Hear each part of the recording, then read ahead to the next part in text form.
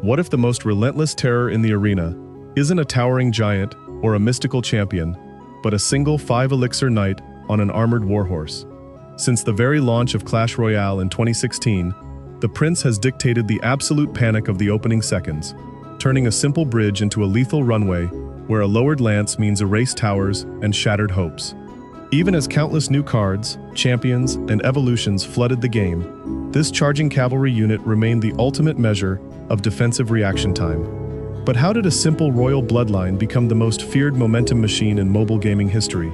Today, we are pulling back the heavy iron visor to examine the true history of the prince. Welcome to Sneaky Peek Channel, and I hope you sleep well. Chapter 1. The architecture of power within the Clash universe has always been built upon bloodline division, dynastic ambition, and the relentless extraction of elixir from the earth. Long before the first arena doors opened, and the automated matchmaking systems paired blue against red, there were kingdoms divided by geography and warfare. At the apex of these fractured societies sat the royal houses, whose lineages were meticulously engineered to produce commanders capable of wielding absolute authority. The prince emerges from this ancient aristocratic tradition, not merely as a soldier assigned to a post, but as the physical embodiment of a ruling class that viewed conflict as both an art form and an absolute birthright. To understand the prince, we must first examine the socio-political landscape of the kingdoms that fed fighters into the early training academies, where aristocratic children were separated from commoners before they could even walk. The royal house from which the prince hails was characterized by opulent stone keeps, towering spires of polished marble, and an obsessive preservation of bloodline purity, where physical strength and tactical dominance were expected to manifest naturally through generational privilege. Yet, this rigid aristocratic isolation created a unique psychological pressure cooker for the young heir, whose entire identity was predetermined by the crown he would one day inherit. Historical fragments recovered from early royal decrees indicate that young princes were subjected to a grueling regimen of physical conditioning and psychological detachment, designed to strip away empathy and replace it with unyielding devotion to the throne and the state. The royal court operated under the persistent threat of rival factions, peasant uprisings, and foreign incursions, forcing the ruling family to cultivate a military elite that could suppress dissent with terrifying efficiency. The prince was thus trained from infancy to view the battlefield not as a place of tactical negotiation or honorable duel, but as an expanse that required total subjugation through speed and crushing force. The early foundations of the stadium itself trace back to these ancient royal enclosures, where kings and lords would gather to watch captured combatants battle for survival. Before the institutionalized structure of Clash Royale established weight classes, elixir economics, and standardized arenas, these royal yards were brutal proving grounds, where young heirs were sent to earn their first taste of actual combat.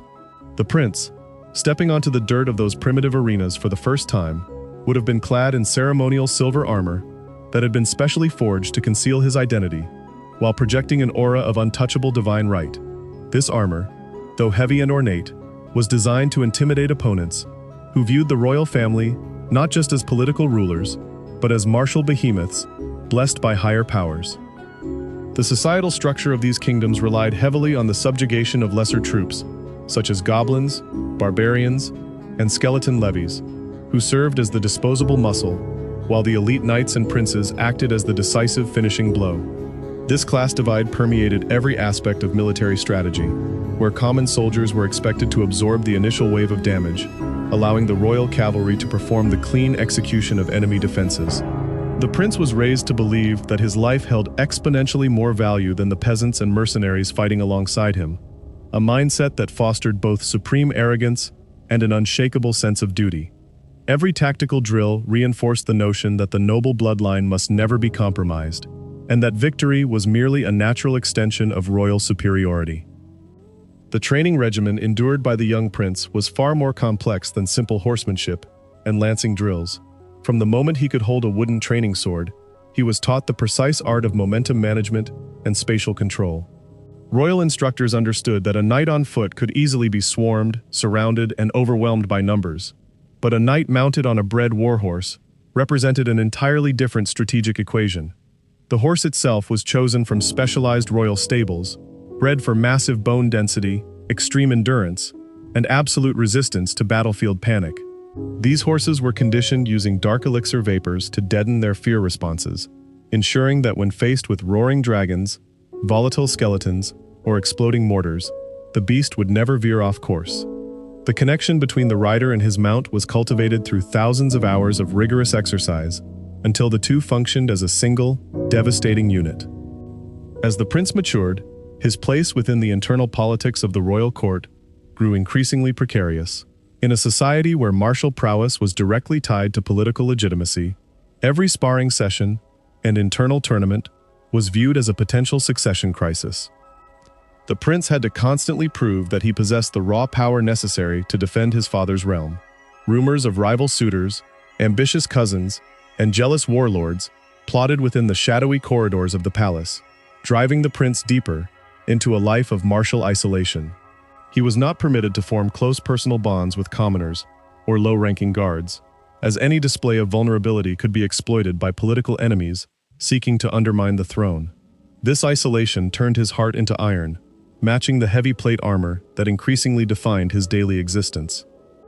When the modern arena system was eventually conceived and constructed over the ruins of the old royal provinces, the governing bodies recognized that they needed icons to draw massive crowds and legitimize the bloody spectacle.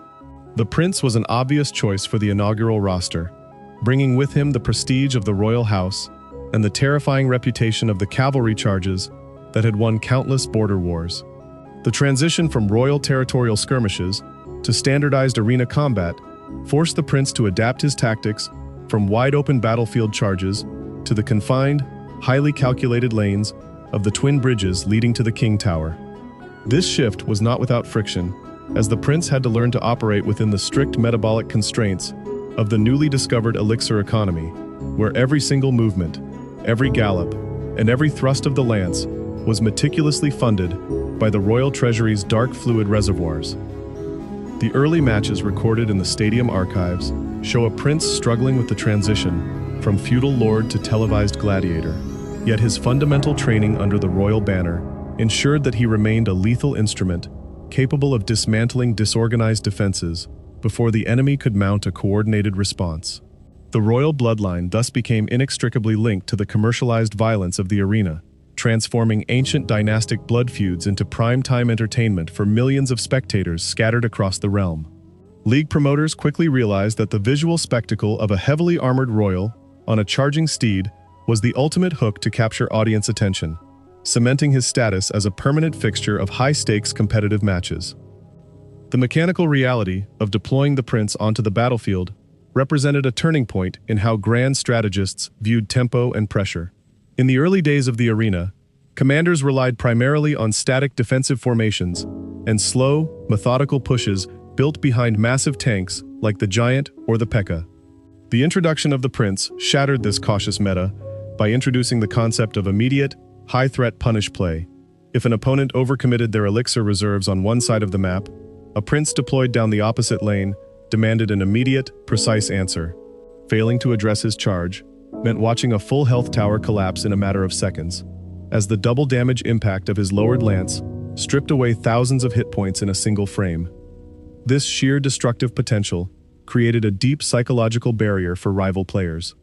The sound effect of his hooves hitting the stone bridges became synonymous with panic, triggering immediate defensive responses that were often rushed, uncoordinated, and inefficient. Players would drop spells out of desperation, misplace cheap swarm units, or waste valuable elixir trying to block a charge that was already at peak velocity. The prince had successfully imported the terrifying authority of his royal ancestors into the digitized, highly calculated arena, proving that raw momentum and psychological terror were just as valuable as raw health pools or splash damage capabilities. Yet, as the arena ecosystem evolved and expanded, new challenges arose to test the prince's dominance. The discovery and deployment of swarm tactics, popularized by goblin swarms, skeleton armies, and tombstone structures, presented a direct counter to the noble's heavy single-target strikes. A prince could pierce through the heart of a ironclad knight with ease, but he was inherently ill-equipped to deal with dozens of low-cost creatures surrounding his mount simultaneously. Each poke from a rusty goblin dagger or bone club wore down his heavy armor, forcing the royal strategists back to the drawing board. No longer could the prince simply be dropped down a lane without thought. He required supporting elements, such as spells or splash damage allies, to clear the path for his glorious charge. This dynamic shift forced the prince to redefine his role from a solo game-ending threat to a versatile mid-game anchor. He began pairing with complementary units, forming iconic synergy strategies that defined entire eras of competitive play. The classic combination of the Prince and the Dark Prince, colloquially known by arena historians as the Double Prince meta, demonstrated how two distinct philosophies of royal cavalry could cover each other's inherent weaknesses. While the Dark Prince swung a heavy mace to clear swarms with sweeping area of effect damage, the original Prince rode directly behind him, ready to impale whatever heavy defensive unit attempted to hold the line. This combination proved that royal military doctrine was capable of adapting to modern, high-speed meta environments. Beyond the tactical nuances of the battlefield, the culture surrounding the prince within the arena fanbase grew into a complex web of admiration and resentment. Common spectators identified with the chaotic energy of his charges, cheering every time a lance connected with an enemy tower, while rival commanders viewed him as a brainless tool for players who relied on brute force over subtle elixir management.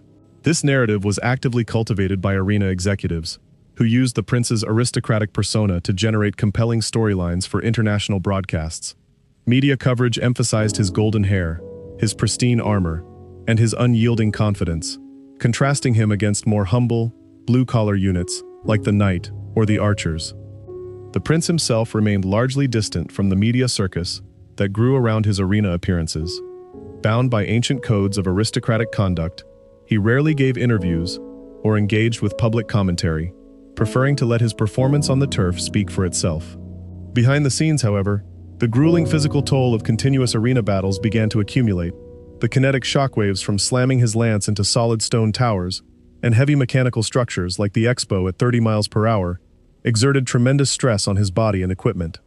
Armorers worked tirelessly between matches to repair dented breastplates, replace shattered lances, and tend to the wear and tear suffered by his legendary warhorse. The economic burden of maintaining a high-tier royal combatant also became a major point of discussion among team managers and arena economists. Unlike low-cost infantry, who required minimal elixir investment and basic gear, funding a prince deployment demanded significant dark fluid resources. When balancing authorities ultimately evaluated his performance across millions of engagements, they recognized that his low-cost versatility was skewing the metabolic balance of early game skirmishes. Adjusting his elixir cost upwards to 5 was not merely a mechanical patch, it was an economic recognition of the vast material resources required to put a fully armored, high-velocity royal cavalry unit onto the field. At 5 elixir, the prince was elevated to a premium heavy threat, changing the fundamental risk assessment for every commander who included him in their deck. Dropping the prince was no longer a simple, casual response to an enemy investment. It became a decisive strategic declaration. At this higher cost, every charge had to be calculated with surgical precision. A failed charge that was cleanly absorbed by 3 elixir skewer units represented a massive negative elixir trade, leaving the commander exposed to a crushing counterattack. Conversely, a successful charge that reached the tower or neutralized a heavy 5 elixir tank offered massive value, proving that aristocratic power still held immense relevance in high-level play. As we look deeper into the foundations of the stadium and the psychological conditioning of the royal house, we begin to see that the prince is far more than a simple 5 elixir card dropped down a lane. He is a living relic of a dying feudal order, desperately trying to maintain relevance and dominance in an era where alchemy and modern tactical science threaten to render royal blood obsolete. Every time the gates open and the prince begins his legendary charge, he is not just fighting for a crown, he is fighting to validate centuries of aristocratic supremacy against a world that is rapidly evolving past the need for kings and princes. His entire existence within the meta is a testament to the enduring power of history, where old blood and heavy iron still demand absolute respect from anyone brave enough to stand across the bridge. Chapter 2. The Mechanics of Momentum and the Evolution of the Charge. The defining characteristic that separates the prince from every other ground unit in the arena is not his gleaming armor, his royal pedigree, or his commanding presence, but the terrifying physics of his signature charge. When the prince begins moving down a lane, his stride shifts from a steady walk into a thunderous gallop that builds kinetic energy with every passing second. This mechanic, which the early arena engineers designated as the charge state, fundamentally alters his combat capabilities by doubling his movement speed and multiplying his damage output upon impact. To understand why this mechanic has struck fear into the hearts of defenders since 2016, we must look closely at how momentum is calculated within the metabolic framework of the arena. Unlike standard troops who engage targets at a consistent pace, the prince requires uninterrupted forward motion over a specific distance to achieve his peak velocity. The moment his warhorse transitions from a walk to a full sprint, a visual shift occurs as his lance lowers, signaling to both players that an imminent collision is about to take place. If an opponent places a distraction directly in his path, the charge is abruptly cancelled, forcing him to absorb the impact at normal speed and wind up his momentum all over again. This inherent vulnerability to cheap swarms and well-timed distractions has always served as the primary counterweight to his devastating offensive power. Yet, when left unchecked even for a few brief seconds, the charging prince becomes an unstoppable battering ram, capable of reducing a crown tower to rubble before the defender can cycle back to a viable response. The sheer mechanical force of his impact is designed to punish any hesitation or miscalculation in elixir management. In the early days of Clash Royale, players quickly realized that managing the prince's charge distance was the single most important factor in deciding the outcome of a match. A well-placed tombstone or a cheap skeleton pull could completely neutralize a heavy elixir investment, while a slightly delayed placement would result in a lowered lance, driving deep into a tower's foundation for catastrophic damage. The physics engine governing this charge mechanic represents a complex interplay between mass, velocity, and target priority. In the code and lore of the arena, the warhorse is not merely a transport vector, it is a living reservoir of potential energy that converts distance traveled directly into raw damage potential. As the horse accelerates, the kinetic drag decreases, reaching terminal charge velocity after covering roughly 3 tiles of open turf. At this threshold, the prince locks his elbow, aligns the tipped steel lance directly with the eye level of his target, and enters a state of hyper-focused acceleration. The immediate result of this acceleration is a doubling of the base damage metric, a mechanical multiplier that transforms an otherwise standard melee swing into one of the highest single-hit damage bursts in the entire game. This single interaction creates a distinct tactical binary for the defender. Either the charge is interrupted before the 3-tile threshold, or the defender is forced to surrender an immense fraction of their defensive health pool. There is virtually no middle ground when dealing with a high-velocity cavalry assault, which is precisely why the audio cue of galloping hooves was designed to immediately override other combat sound effects in the arena mix. Over the years, the arena balancing teams have continually tinkered with his underlying statistics, adjusting his hit points, attack speed, charge wind-up distance, and overall elixir cost to keep pace with the ever-expanding roster of cards. Among all these balance shifts, the transition of his elixir cost from 4 to 5 marked a monumental turning point in how grand strategists had to evaluate risk and reward. At 4 elixir, the prince was an incredibly forgiving punishment card that could be deployed almost casually to pressure an opponent who overcommitted. At 5 elixir, however, every deployment carries massive strategic weight, demanding immaculate timing, precise lane placement, and complete tracking of the opponent's card cycle. At 5 elixir, failing to secure value with a prince push can instantly swing the momentum of a match into the opponent's favor. If a 5 elixir prince is cleanly shut down by a 2 elixir goblin gang or a 1 elixir skeleton distraction, the resulting negative elixir trade leaves the attacking player severely exposed to a crushing counterpush. This economic reality forced players to move away from brainless bridge spamming tactics and adopt a far more calculated approach. The modern prince is no longer just a reckless solo rusher. He is an anchor unit that requires strategic setup, spell support, or complementary splash damage pairing to ensure his path remains clear of low-cost obstacles. The mechanical adjustments did not end with elixir costs. Arena balance directors also paid close attention to the charge initiation delay. During early competitive seasons, the distance required to trigger the charge was shorter, allowing the prince to initiate his sprint almost immediately after crossing the river. This short ramp-up distance gave defenders virtually zero time to react if their hand lacked immediate cheap distractors. Recognizing that this created an environment dominated by unanswerable bridge drops, developers extended the distance required for the warhorse to hit full sprint. This subtle change meant that defenders gained a crucial fraction of a second to evaluate the lane, count their elixir, and drag a defensive structure or troop into the center field to pull the prince away from the crown tower. Despite this requirement for a longer runway, the core threat remained potent because the moment the prince cleared the midfield, that extra distance translated into an unavoidable impact if the defender missed their timing by even a single tile. The physical interaction between the prince and other heavy units also highlights the unique power of his momentum.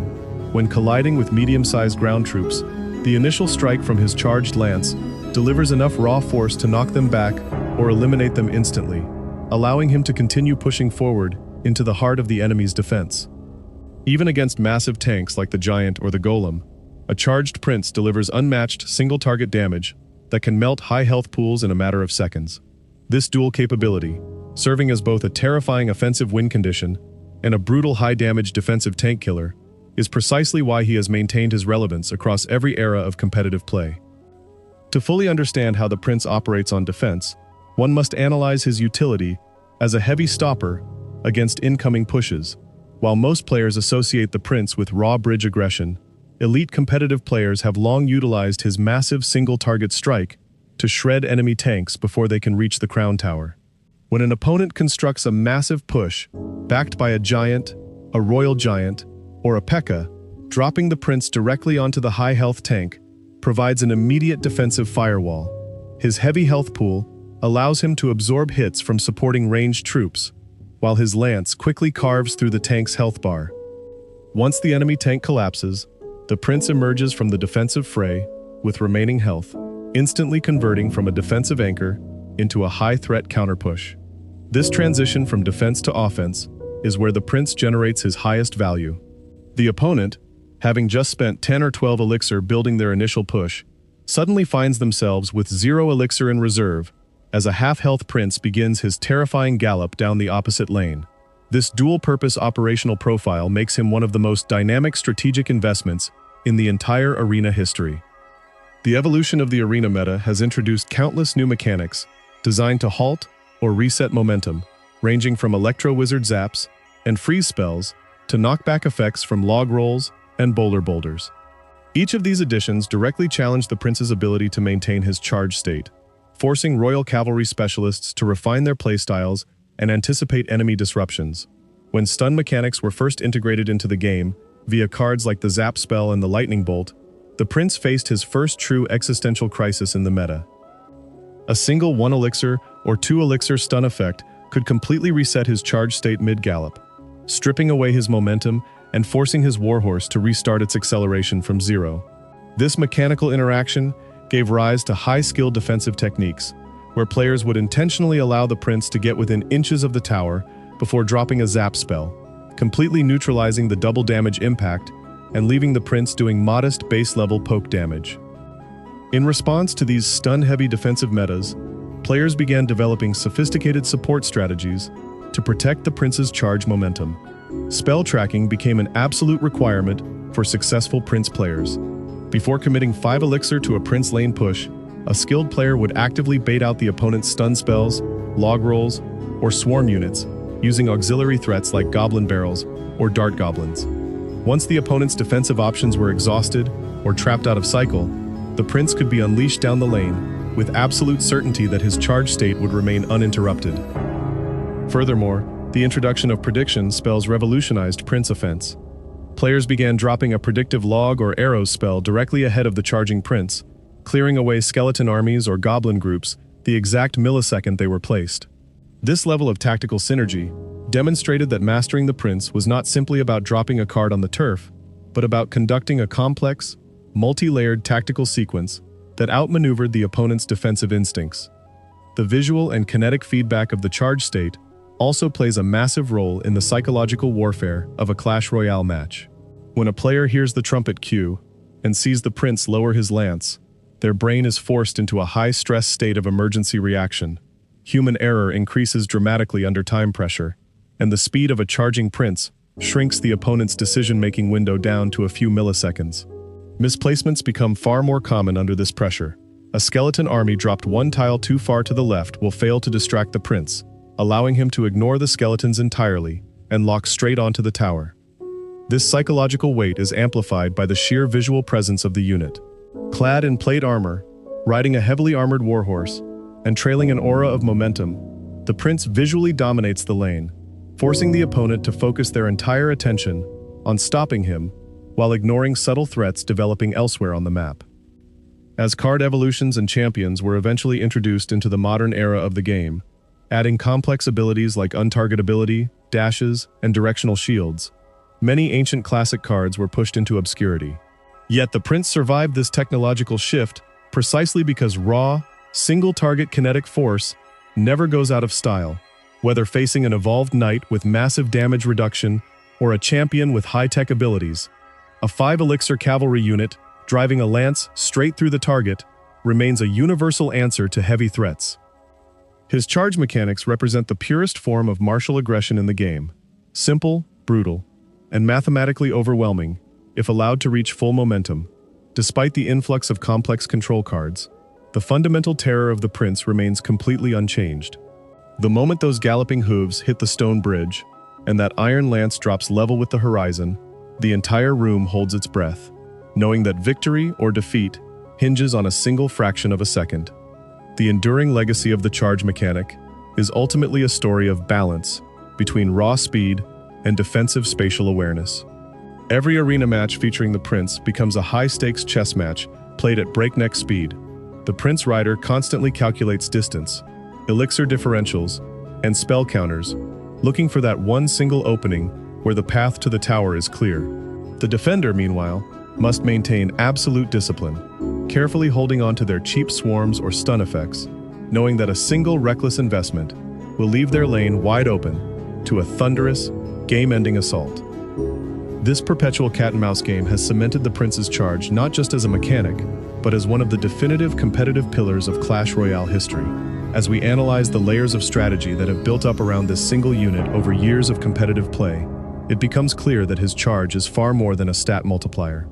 It is a timeless symbol of pure momentum, a constant reminder that in the high-stress environment of the arena, speed, power, and absolute commitment will always hold the key to total victory. Chapter 3. The Double Prince Meta and the Golden Age of Royal Dominance. No analysis of the prince would be complete without examining the legendary period in competitive Clash Royale history when royal cavalry did not ride alone, but in terrifying pair formations. As the arena ecosystem matured following the official launch of the game in 2016, grand strategists began experimenting with troop synergies that could cover each other's inherent tactical weaknesses. While the original prince possessed unmatched single-target kinetic damage, his fatal flaw remained his extreme vulnerability to cheap swarms of skeletons, goblins, and minion hordes. Entering the arena alongside him was his dark brother, the Dark Prince, a unit equipped with a heavy spiked mace, an area of effect splash attack, and a specialized wooden shield capable of absorbing infinite single-hit damage. Together, these two units formed the legendary Double Prince strategy, a dual cavalry offensive engine that completely dominated high-level competitive tournaments, ladder play, and world championship stages for an entire era. The synergy between the two princes was mathematically and mechanically nearly perfect. Dropped side by side, or in a tight tandem formation at the bridge, the Dark Prince would ride slightly ahead, using his sweeping splash attacks to instantly vaporize any low-cost swarm units deployed by the opponent to distract or slow down the assault. If the defender attempted to drop a heavy spell like Rocket or Fireball, the Dark Prince's unique shield mechanic absorbed the entire initial blow, leaving his health bar untouched, while the original prince rode close behind, entirely unharmed.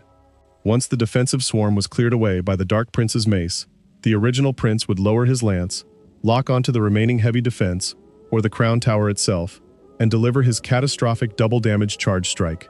This complementary pairing effectively eliminated the primary hard counters to single-target cavalry, creating a high-speed nightmare that required near-flawless defensive timing to survive.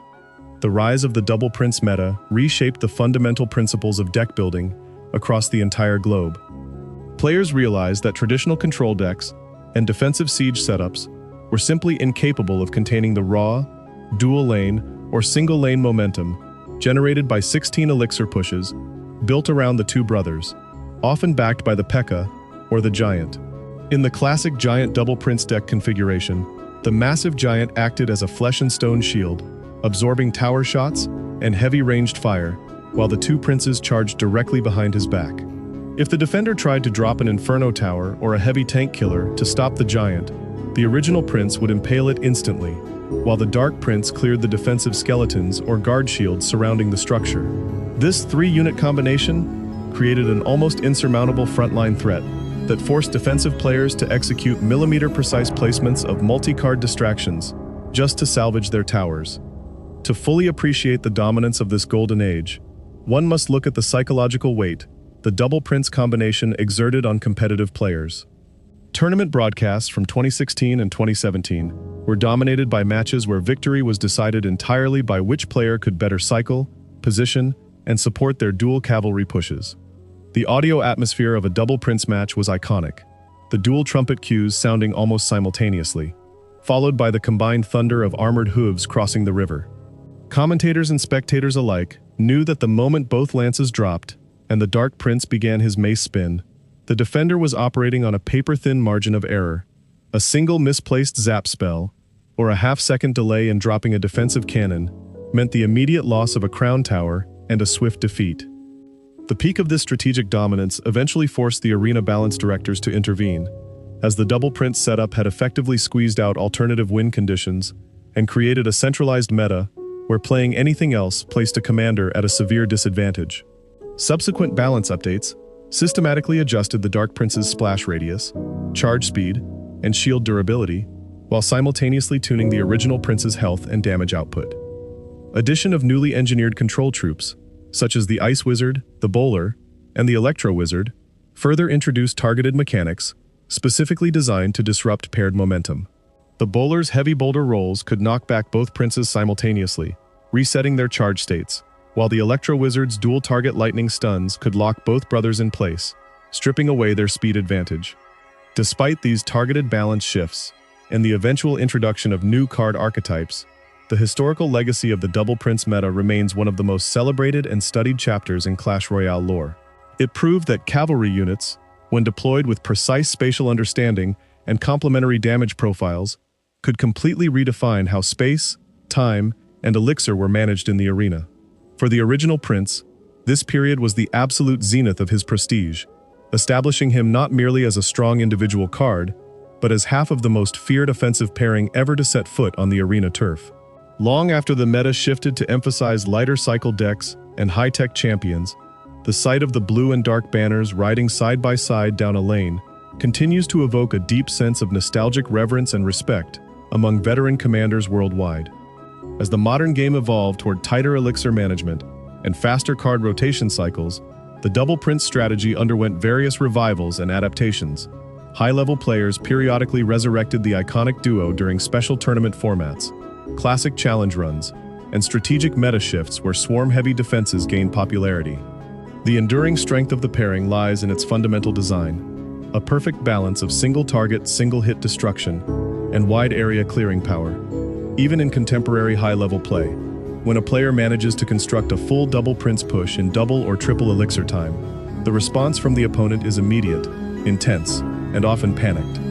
It stands as an unyielding reminder that while trends come and go in the arena, the combination of heavy iron plate armor, high-velocity warhorses, and unbreakable brotherhood remains an evergreen force capable of crushing anything in its path. The strategic depth of the Double Prince meta extended beyond simple bridge pushes. It taught the global player base the critical importance of lane pressure and split-pushing mechanics. Elite players realized that while sending both princes down a single lane was devastating, splitting them at the back of the arena created a dual-threat dilemma that broke standard defensive rotations. An opponent facing a dark prince galloping down the left lane and an original prince accelerating down the right lane was forced to split their elixir reserves and make instant calculations about which tower to prioritize. This split-push capability turned the Double Prince setup into a masterclass in spatial manipulation, cementing both cards as timeless pillars of competitive game design. Beyond the realm of professional tournaments, the cultural impact of the Double Prince synergy resonated throughout the entire community. Fan art, animated shorts, and content creator breakdowns frequently highlighted the stark contrast in personality and combat style between the two brothers. The pristine, golden-haired prince representing noble pride and direct force, and the dark prince representing grim determination and pragmatic, shielded defense. This rich narrative dynamic, combined with their devastating effectiveness on the turf, turned the royal brothers into central figures of Clash Royale history. Their golden era established a benchmark for unit design and combo mechanics that every subsequent card release would inevitably be measured against. When reflecting on the evolution of the prince, from his humble beginnings in the training camp to his reign alongside his brother during the Golden Age, it becomes clear that his story is inextricably linked with the spirit of competitive evolution. He was there when the first strategy guides were written, he spearheaded the most dominant combo of the early era, and he adapted through every systemic change to the game's economy and balancing philosophy. Whether riding alone with his lance lowered, or galloping side by side with his shielded brother, the prince's presence on the battlefield remains a masterclass in raw momentum, strategic intimidation, and timeless royal dominance that will forever be etched into the stone foundations of the arena. Chapter 4. The Modern Era, Evolutions, and the 5 Elixir Balance Calculus. As Clash Royale entered its second decade of live competitive operation, the architectural design of the game underwent its most radical technological transformation since launch. The introduction of card evolutions, champions with active hero abilities, and hyperdense cycle engines fundamentally altered how matches were played, accelerating the pace of combat to speeds previously unimpaired by simple elixir regeneration rates. For classic foundational cards like the Prince, this rapid modernization posed a profound strategic question. How does a traditional heavy cavalry unit built around single-target kinetic force maintain its relevance in an arena filled with untargetable champions, directional damage shields, and evolved units capable of wiping entire pushes with enhanced passive abilities? The answer came through a series of sweeping systemic rebalances that re-examined the fundamental economy of heavy punish threats. Key among these changes was the permanent recalibration of the Prince's elixir cost from 4 to 5 elixir, alongside targeted structural buffs to his health pool, hit speed, and charge initiation distance. At 5 elixir, the Prince was intentionally positioned as a high-investment, high-impact tactical anchor, a card whose deployment demands absolute respect and precise macro game management. No longer a cheap, casual bridge drop designed purely to punish minor elixir overcommitments, the modern 5 elixir Prince operates as a heavy frontline juggernaut, capable of absorbing massive punishment while threatening game-ending counterpushes. This strategic shift required competitive players to completely rebuild their understanding of the Prince's role within modern deck construction. In an era dominated by fast cycle decks, where 3-card cycles allow players to rotate back to low-cost defensive units, like evolved skeletons or evolved ice spirits, in a matter of seconds, a reckless 5 elixir Prince deployment can lead to an immediate economic collapse. If an attacking player drops a Prince at the bridge without tracking the opponent's card cycle or elixir reserves, a simple 2 elixir distraction combo can completely neutralize the push, leaving the defender with a massive 3 elixir advantage to mount a devastating response. Consequently, elite players in the modern era treat the 5 elixir Prince not as an initiator, but as an ultimate defensive to offensive conversion engine. When faced with high-health modern threats like an evolved royal giant, a golden knight, or a heavy beatdown push, the Prince is dropped deep in the defensive zone. His massive single-target strike and expanded health bar allow him to slice through primary tanks while absorbing heavy collateral damage from supporting ranged troops. Once the defensive cleanup is complete, the Prince emerges from the fray with substantial remaining health, instantly transitioning into a mandatory 5 elixir threat that forces the opponent to immediately defend while low on resources. The interaction between the Prince and modern card evolutions highlights the timeless nature of simple, brute force. While evolved units possess intricate mechanics, such as the evolved Knight's directional shield or the evolved Firecracker's explosive shrapnel trails, the Prince's charge bypasses complex tactical gimmicks through sheer mathematical output. When a 5 elixir Prince hits full momentum, his double damage lance strike delivers enough raw kinetic impact to shatter evolved shields, instantly erase medium health troops, and force high-tier champions to use their costly hero abilities defensively rather than offensively. Furthermore, the modern competitive meta has seen the Prince integrate seamlessly into modern hybrid deck archetypes. Whether paired with high-pressure bait elements like the Goblin Barrel and Dart Goblin, or standing as the secondary heavy punch in modern Royal Recruit split-lane setups, the Prince provides a constant, terrifying threat that forces defenders to make high-pressure choices under extreme time constraints. His presence on the board alters the opponent's placement behavior, forcing them to hold on to specific hard counters, like the log, zap, or low-cost swarms, which in turn opens up massive strategic opportunities for other cards in the player's deck. The transition to a 5-elixir baseline also elevated the mental game surrounding every match featuring the Prince. In top-tier professional tournaments, commentators and analysts closely monitor the elixir counting of both players during Prince matchups. Because 5 elixir represents half of a player's maximum fluid storage, dropping the Prince is an explicit statement of intent. It creates an immediate high-stakes binary. Either the Prince secures value by eliminating a heavy threat and striking a tower, or the attacking player yields territorial control and must execute a masterclass in defense to survive the incoming counterattack. As we analyze the modern state of Clash Royale, it is clear that the Prince has successfully transcended his origins as a simple early-game teaching tool to become one of the most respected, mathematically precise units in the entire game. He stands as a bridge between the classic era of foundational beatdown combat and the hyper-fast, ability-driven landscape of modern competitive play. Every time those galloping hooves echo across the stone bridges of the arena, it serves as a powerful reminder that no matter how complex, fast, or advanced the meta becomes, a heavy iron lance moving at full charge will always command absolute fear and respect on the battlefield. Chapter 5. The Psychological Battlefield, Spectator Culture, and the Lasting Legacy of the Cavalry Charge.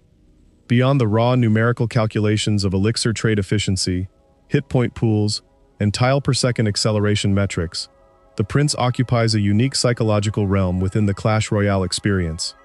To analyze the unit purely as a digital asset bound by code and line logic is to ignore the profound mental impact he exerts on both the player commanding him and the defender forced to react to his sudden deployment.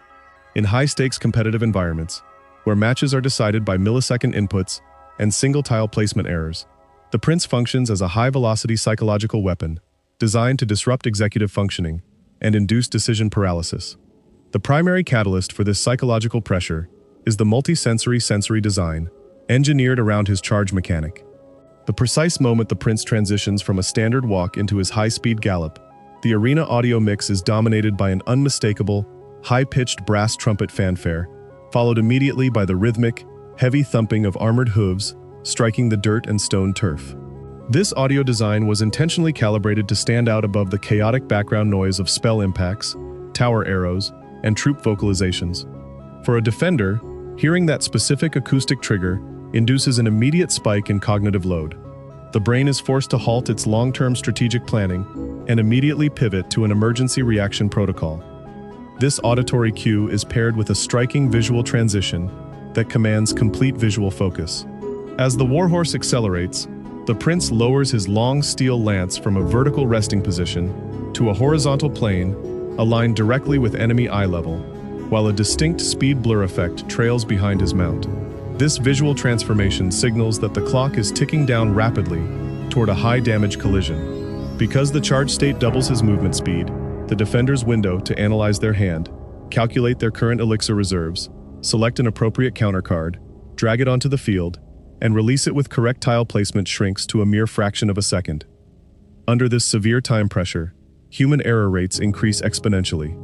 Even seasoned tournament veterans, operating under the glare of stage lights and live stream broadcasts, are susceptible to the panic induced by an unannounced bridge Prince drop. A defender who panics may misplace a skeleton army by a single tile to the left, leaving the Prince completely undistracted as he glides past the skeletons and locks directly onto the crown tower. Alternatively, a defender might panic drop a high-cost spell like a fireball or lightning, spending 4 or 6 elixir in a desperate attempt to stop a rush that could have been cleanly neutralized by a 2 elixir card, if executed with composure. The Prince thus acts as a diagnostic tool for emotional discipline, separating players who can remain calm under extreme pressure from those who succumb to sensory overload. This mental dynamic extends far beyond the immediate split-second reaction to a single charge. It influences the entire macro strategy of a match. Once a player reveals that they are running a deck built around the Prince, the opponent is forced to adjust their entire mental model for the remainder of the game. The defender can no longer use their low-cost swarm units or stun spells freely to support minor offensive pushes on the opposite lane.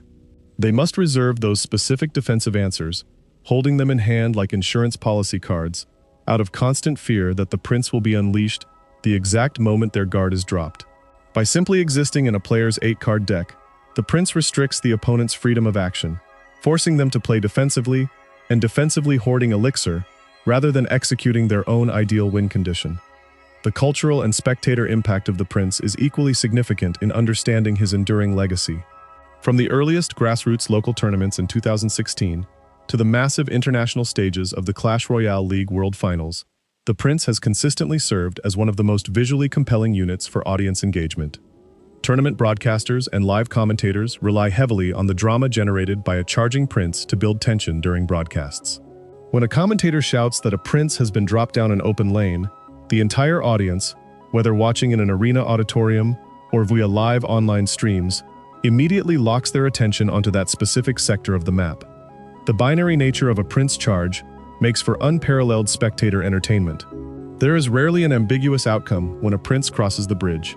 Either the defender executes a frame-perfect pull using cheap infantry, drawing wild applause from technical analysis fans, or the prince breaks through the defensive line and drives his lance into the crown tower, stripping away thousands of health points in an instant and triggering massive roars from the crowd. This stark contrast between absolute total defense and total catastrophic destruction creates a natural narrative arc within every single match, making the prince a foundational element of the game's success as a spectator esport. Moreover, the prince's aesthetic representation as a classic, gilded fairy tale knight creates a universally recognizable narrative contrast within the arena universe. Clad in polished plate armor, sporting a stylized mustache, and riding a pristine white warhorse, his visual design leans heavily into traditional chivalric archetypes while subtly satirizing them through the exaggerated, commercialized violence of the Clash universe. He represents the ultimate establishment figure, an arrogant, highly privileged noble who treats life and death combat as an opportunity for personal glory and televised entertainment. This persona makes him a beloved icon for players who enjoy playing as the dominant, high-pressure aggressor, while simultaneously making him the ultimate villain that defensive, technical control players take immense satisfaction in humbling with low-cost common troops. In the broader history of competitive strategy gaming, the prince stands as a masterclass in unit design that successfully balances extreme power with clear, intuitive counterplay. He proves that a unit does not require complex active abilities, teleportation mechanics, or multi-stage evolutionary forms to remain deeply engaging and strategically relevant across a decade of meta shifts. His mechanic is simple, pure, and absolute. Build speed, lower the lance, and deliver devastating force to whatever stands in the path. So long as the arena doors continue to open and players seek the thrill of high-stakes competitive strategy, the thunderous sound of those galloping hooves will echo across the stone bridges, reminding every commander that true power lies in absolute momentum. As we look toward the future evolution of competitive play, the legacy of the prince remains firmly etched into the DNA of digital strategy games. He set the standard for how high-threat, high-speed punishment mechanics should function, establishing a benchmark that game designers around the world continue to study and emulate. Whether utilized by a beginner learning the importance of lane pressure in the early arenas, or wielded by a world champion executing a precise counter-push on the grandest stage, the prince remains an immortal symbol of raw aggression, aristocratic pride, and the timeless art of the heavy cavalry charge. Chapter 6. Mastering Spatial Control, Lane Management, and High-Level Macro Mechanics with the Royal Cavalry. To elevate one's understanding of the prince from a rudimentary level of bridge dropping to the refined mastery required at elite competitive ranks, a player must abandon the simplistic view of the arena as two static lanes and begin analyzing the field as a continuous, dynamic grid governed by spatial geometry, elixir tracking, and precise pathfinding algorithms. The prince, more than almost any other 5 elixir unit, is hypersensitive to exact tile placements because his charge state relies entirely on uninterrupted forward movement across a linear path, a difference of a single tile in deployment location, or a miscalculation of a single frame in timing, can mean the difference between a game-winning tower strike and a catastrophic, game-losing negative elixir trade. The first fundamental pillar of advanced prince play is the art of spatial pulling and angle manipulation. When deployed defensively, placing the prince directly on top of an incoming enemy threat is often the least efficient use of his attributes. Instead, Top-tier players utilize the pull technique, dropping the prince in the center neutral zone, often referred to as the pocket or the high center grid, to force incoming enemy troops to redirect their pathing toward the middle of the field. By drawing an enemy tank or medium fighter into the center, the player forces both crown towers to lock onto the target simultaneously, effectively doubling the passive defensive firepower applied to the threat, while the prince wind up his attack. If the prince is placed far enough back in the center field, he has sufficient spatial runway to initiate his full charge before making contact with the pulled enemy unit. This means that instead of merely absorbing damage while dealing standard base melee hits, the prince collides with the incoming tank at peak velocity, delivering his massive double damage lance strike right in the center of the arena. Once the enemy threat is neutralized in the neutral zone, the prince's pathing naturally directs him down the opposite lane, creating an immediate, high-speed split-lane counterpush that forces the opponent to defend on a side where they may not have prepared adequate elixir reserves. The second critical pillar of high-level prince execution involves lane geometry and pathing interference. Modern Clash Royale features a wide variety of defensive building structures, such as the cannon, Tesla, tombstone, goblin cage, and bomb tower. Each of these structures creates a gravitational field for the prince's AI pathing. A defender will typically attempt to place a building in a 4-2 or 3-3 tile placement to pull the charging prince into the center, where both the building and the crown tower can reduce his health to 0 before he reaches his target. To bypass or neutralize these defensive building grids, advanced prince players employ sophisticated path blocking and redirect strategies.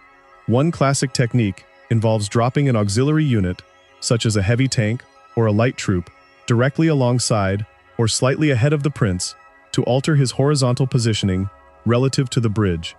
By nudging the prince's collision box slightly toward the outer edge of the lane, the player can alter his line of sight tracking, allowing him to bypass midfield building placements that would otherwise draw his attention. This allows the prince to ignore a central cannon or tombstone entirely and maintain a direct, straight-line trajectory toward the opponent's crown tower. Another critical element of advanced macro play is tracking the opponent's card cycle and managing the spell bait ecosystem. Because the prince's charge is fundamentally halted by low-cost swarm cards, such as skeletons, goblins, bats, and spear goblins, a master prince player never deploys him blindly into an unknown or fully loaded enemy hand. High-level match play begins with a meticulous intelligence-gathering phase during the first minute of single elixir time.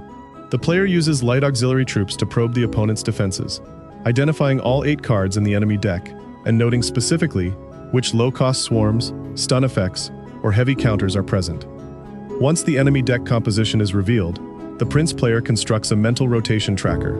If the opponent's primary answer to the prince is a 3-elixir skeleton army or a 2-elixir goblin gang, the prince player will intentionally cycle a bait card, such as a goblin barrel, a princess at the bridge, or a dart goblin, to force the opponent to spend that specific swarm card defensively. The exact millisecond the opponent drops their swarm card on the opposite side of the map, a dulled internal countdown clock begins in the prince player's mind. The opponent is now out of their primary counter card and must cycle 4 additional cards through their hand before they can play that swarm defense again. It is within this precise 4-card cycle window that the prince is unleashed.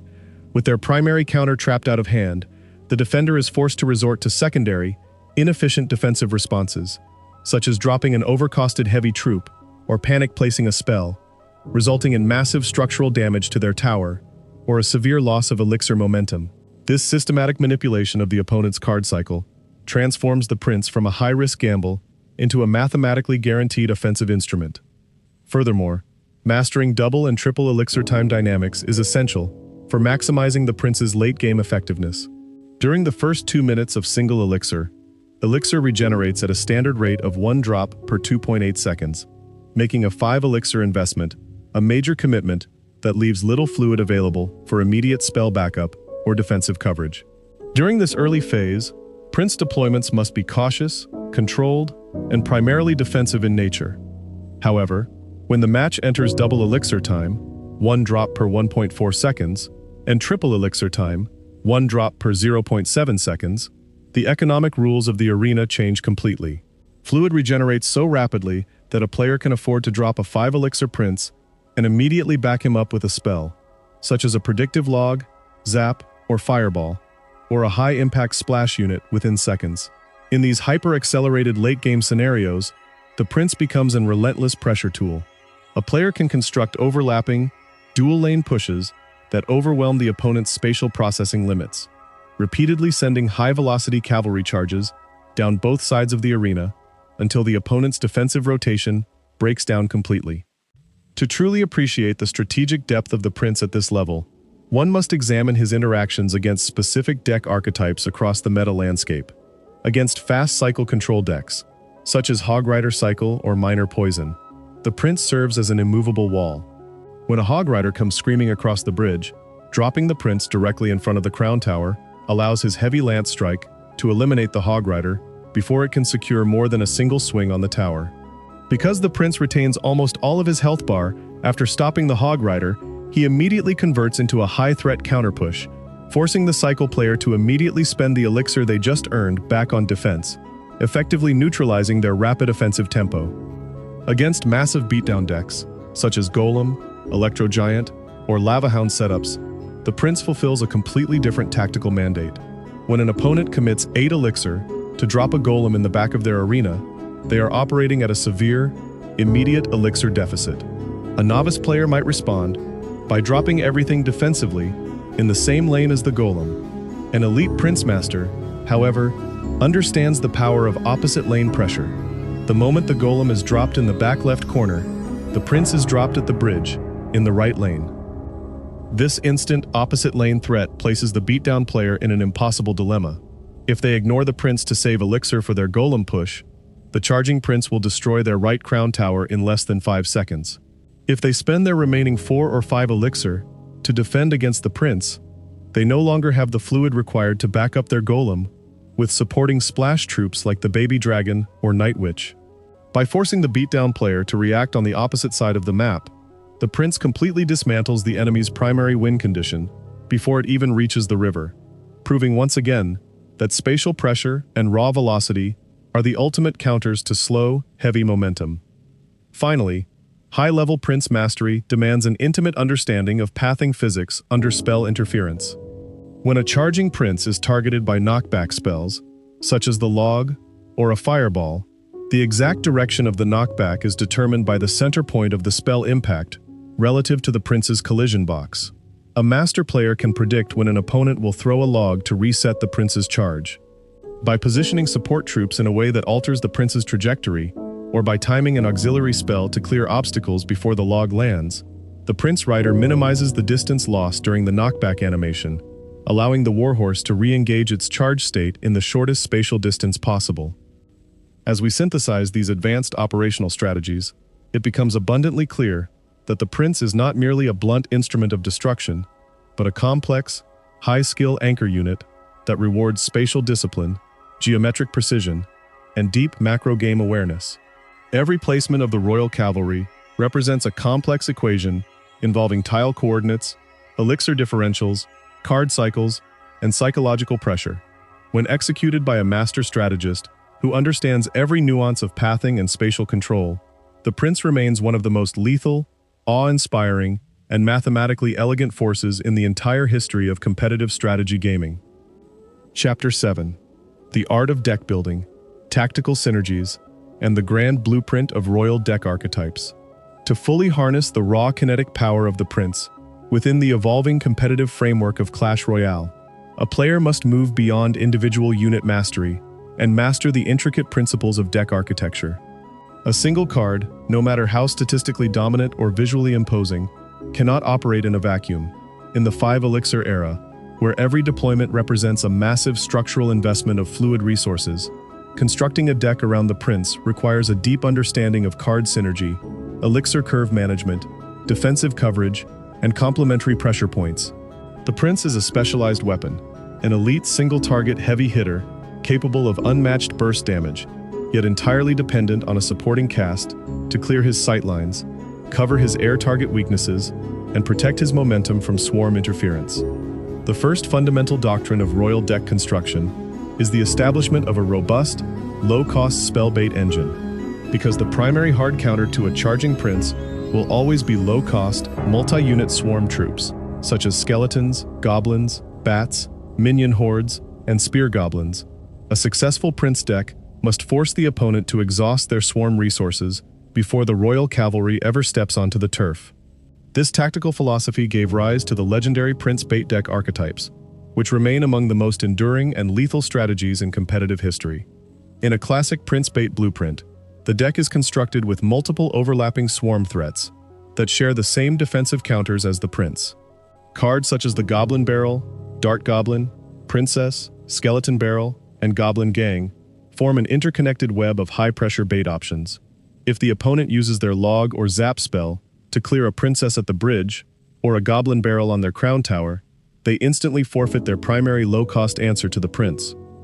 The moment that defensive spell is spent, the prince can be dropped down the lane with total impunity, knowing that the opponent lacks the immediate spell capability to clear a pathway or reset his charging lance. Conversely, if the defender chooses to save their spell specifically for the prince, the auxiliary bait units are left unchecked, gradually tearing down the enemy's crown towers through relentless, low-cost chip damage. This creates an unbearable strategic dilemma where every decision the defender makes leads to systemic resource depletion. The prince serves as the heavy hammer within this deck architecture, providing both a terrifying punish threat and an unyielding defensive wall against heavy enemy tanks, while his low-cost companions handle the spatial control and cycle acceleration. The second critical pillar of prince deck architecture is air defense coverage and splash damage integration. By design, the prince is entirely grounded. He cannot attack flying units, nor can he deal damage to more than one target at a time with a single lance thrust. A prince left unsupported against a group of bats, a baby dragon, or a mega minion will quickly be stripped of his health without delivering a single strike in return. Therefore, every viable prince deck must integrate specialized anti-air and area of effect support units that can keep pace with his rapid movement speed. Modern deck builders resolve this limitation through several iconic card pairings. The integration of heavy splash damage ranged units, such as the Executioner, Bowler, Baby Dragon, or Wizard, provides a sweeping defensive screen directly behind the prince. As the prince gallops down the lane, these ranged supporters clear both air and ground swarms from a safe distance, allowing the royal cavalry to focus his entire destructive potential on high-value targets like enemy buildings, tanks, or the crown tower itself. Additionally, the inclusion of low-cost, high-velocity air defense cards like the Mega Minion, Musketeer, Phoenix, or Electro Dragon ensures that the deck maintains immediate, flexible answers to high-flying beatdown pushes. When building a prince deck, the elixir curve must be calculated with surgical precision, because the prince costs 5 elixir.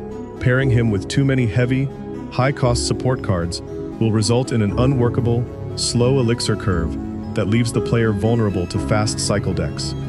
Elite builders aim for an average deck cost between 3.3 and 3.8 elixir, balancing the prince's heavy cost with lightweight, flexible cycle cards like skeletons, ice spirits, or low-cost spells. The third essential component of prince deck construction is the selection of complementary win conditions and dual threat pairings. While a prince can single-handedly destroy a tower if he reaches it with full health and an active charge, relying on him as a deck's sole win condition can be risky against highly skilled defensive players who excel at spatial pulling. To overcome this, top-tier deck architects pair the prince with secondary win conditions that complement his movement profile and force multi-lane defensive splits. One of the most historically dominant examples of this dual-threat philosophy is the Giant Prince Beatdown deck. In this configuration, the Giant serves as the primary frontline sponge, drawing all tower arrows and defensive target locks onto his massive health pool. Behind him, the Prince acts as a high-speed engine, pushing the slow-moving Giant toward the tower while instantly impaling whatever heavy tank killer or building the defender drops to halt the push. The synergy between the Giant's raw health and the Prince's kinetic force creates an almost unstoppable wall of pressure that demands an immediate, massive elixir response from the opponent. Another legendary synergy is the Double Prince setup, where the original Prince is paired alongside his shielded brother, the Dark Prince. As detailed in earlier strategic analyses, this dual cavalry pairing combines single-target destruction with wide-area splash damage, effectively rendering standard ground-based swarm defenses useless. In modern competitive play, this combination has evolved to include dynamic split-lane archetypes, such as Royal Recruit's Double Prince decks. In these setups, the the player drops royal recruits across the entire width of the arena, dividing the field into two distinct pressure zones. The original prince is then deployed behind the recruits on one side, while the dark prince is deployed on the other side, forcing the defender to manage two simultaneously accelerating cavalry charges on opposite ends of the arena. To further illustrate the principles of elite deck design, let us examine the structural breakdown of 4 master-tier prince deck blueprints that have defined competitive play across various eras of the game. The first framework focuses on classic prince bait control. In this archetype, the primary punish and tank-killing responsibilities fall directly on the 5 elixir prince, while the 3 elixir goblin barrel functions as the secondary win condition. Bait and pressure are generated through 3 elixir cards like the Princess, Goblin Gang, and Dart Goblin. Defense is anchored by either 5 elixir Rascals or a 4 elixir Tesla, supported by 2 elixir the Log and 6 elixir Rocket. This deck relies on relentless spell baiting and high-speed tempo control. The player continuously forces out the opponent's low-cost spells using the Princess and Dart Goblin, setting up catastrophic Goblin Barrel or Prince pushes. On defense, the Prince handles heavy tanks, while the Rascals or Tesla manage ranged and air threats. The second framework centers on heavy Giant Prince beatdown. The primary win condition is the 5 elixir Giant, backed by the 5 elixir Prince for heavy single-target strikes. Splash support is provided by the 4 elixir Dark Prince or 5 elixir Executioner, while air defense relies on the 3 elixir Mega Minion and 4 elixir Electro Wizard. Spell options are rounded out with 2 elixir Zap and 4 elixir Fireball. This classic high-impact beatdown deck is designed to overwhelm opponents through raw stat efficiency. The player builds massive pushes from the back during double elixir, placing the Prince and Dark Prince directly behind the Giant to smash through defensive lines with relentless kinetic force. The third framework utilizes royal recruits, double Prince split pressure.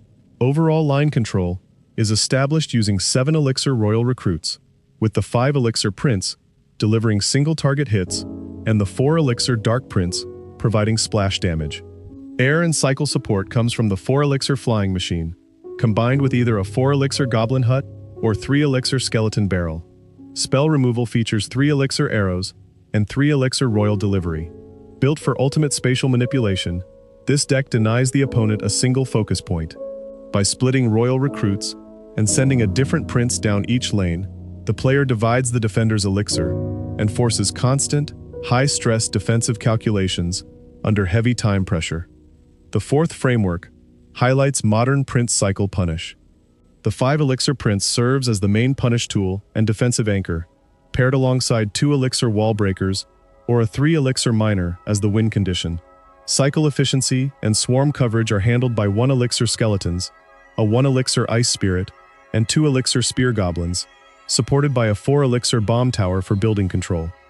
The spell package consists of 4 elixir Fireball and 2 elixir the Log. This ultra-fast, high-skill deck is designed for immediate punish play. The Rapid Cycle engine allows the player to rotate back to the Prince continuously, catching the opponent out of cycle and creating non-stop high-speed bridge pressure. Mastering the art of deck building around the Prince is ultimately an exercise in balance, strategy, and economic management. A well-constructed Prince deck is not merely a collection of 8 powerful cards. It is an integrated, highly efficient engine where every component plays a clear, mathematical role in enabling the Royal Cavalry charge. By understanding how to protect his charge momentum, cover his spatial vulnerabilities, and capitalize on his unmatched burst damage, a master deck builder transforms the Prince from a simple 5 elixir card into the undisputed heart of an unstoppable competitive force. Chapter 8: The Evolution of Game Engine Physics, Visual Signaling, and the Historical Mechanics of Pathing. To fully comprehend how the Prince functions within the technical architecture of Clash Royale, one must look beyond game design philosophy and examine the underlying code structure, collision detection algorithms, and visual signaling mechanisms that govern his behavior. Every unit in the arena exists as a collection of variables, hitboxes, mass weights, and pathfinding nodes processed in real time by the game engine. The Prince represents one of the most mechanically complex entities created during the game's initial development because his code required a dynamic transition between 2 completely distinct physical states: his standard locomotion state and his high-velocity charge state. The foundation of the prince's movement relies on the arena's tile grid and node pathfinding system. The arena floor is mapped into discrete coordinate tiles, through which pathfinding algorithms continuously compute the shortest route toward the nearest viable target, typically the opponent's crown towers. Under normal conditions, the prince moves at a baseline speed, classified by the engine as medium velocity, advancing across the grid at approximately 1.2 tiles per second. During this standard walking phase, his mass value allows him to push lighter units, such as skeletons or goblins, out of his path, while preventing him from pushing medium or heavy units, like the knight, giant, or P.E.K.K.A. The technical transition into the charge state begins the exact frame the engine registers 3 continuous tiles of unhindered forward movement toward a target. Once this 3-tile distance threshold is satisfied, without collision or status effect interruption, the engine toggles a Boolean variable within the unit's entity script, transitioning his movement speed from medium to very fast, which equates to roughly 2.4 tiles per second. Simultaneously, the engine modifies his damage variable by applying a 200% multiplier to his base attack value for the very next strike that lands on a valid hurt box. This state transition is accompanied by a sequence of visual signaling adjustments and event triggers designed to communicate the change instantly to both players. Upon entering the charge state, the animation rig transitions from a standard horse trot to a specialized gallop cycle. The prince's upper body model lowers its center of gravity, and his lance model rotates downward along its pivot point to lock into a horizontal stance. To reinforce this visual feedback, particle systems attach wind trails behind the warhorse's hooves, while an internal audio engine trigger plays the iconic trumpet fanfare. These aesthetic changes are not cosmetic flourishes. They are essential HUD-level visual indicators that signal a change in the physical rules governing the unit on the field. One of the most fascinating technical aspects of the charge state is how the game engine handles mass and collision physics during a high-velocity impact. When a standard unit collides with another troop, the engine calculates momentum based on assigned mass integers, causing both units to stop or slide along each other's outer collision boundaries. However, when the prince strikes a unit while in his active charge state, the engine applies a temporary impulse force to the target's rigid body component. For small and medium ground troops, this impact triggers a knockback displacement animation that physically shoves the target backward, clearing immediate tile space and allowing the prince to resume movement toward his primary pathfinding vector, without getting stuck on dead unit collision boxes. The complexity of these interactions increased significantly as new cards and status effects were introduced to the engine over successive updates. Stun effects presented a unique challenge for the prince's charge script. When a card like the Zap spell, Electro Wizard, or Zappies lands a hit on a charging prince, the engine applies a temporary stun duration that freezes the unit's animation rig and resets its internal frame timers. For the prince, this stun code specifically clears the active charge Boolean variable, forcing the movement script back to its baseline walking state. The moment the stun duration expires, the prince must recalculate pathfinding and cover an entirely new 3-tile runway from a complete standstill before the charge Boolean can be toggled back to true. Similarly, knockback spells like the Log or Fireball introduce spatial interruption mechanics that test the boundaries of the pathfinding system. When the Log rolls into a charging prince, it applies an absolute directional displacement vector that forces the prince backward across the grid, regardless of his mass or velocity. Because this displacement moves the unit backward relative to his current vector, the movement script registers a loss of forward momentum. The charge state is immediately broken, the lance raises back to vertical, and the 3-tile distance counter resets to 0. Understanding these underlying engine interactions allows competitive players to time their spells with frame-level accuracy, ensuring that defensive interruptions land at the exact microsecond required to maximize pathfinding delays. The evolution of collision box interactions also plays a critical role in how the prince navigates around defensive placements. Early iterations of the game engine featured slightly larger collision radiuses for medium and heavy troops, meaning that a prince could easily get caught on the corner of a nearby troop's collision box while attempting to charge past it. Over years of engine optimizations, developers refined unit collision spheres to ensure smoother pathfinding around bridge bottlenecks and central building grids. These adjustments reduced clunky pathing bugs and made the prince's charge trajectory far more predictable and consistent across different device frame rates. Another critical element of the Prince's technical design is his target acquisition delay and attack wind-up animation, often referred to by developers as the unit's hit speed and first attack delay. When the Prince reaches a target in his standard walking state, his attack animation takes a specific number of milliseconds to complete, before damage is officially applied to the target's health integer.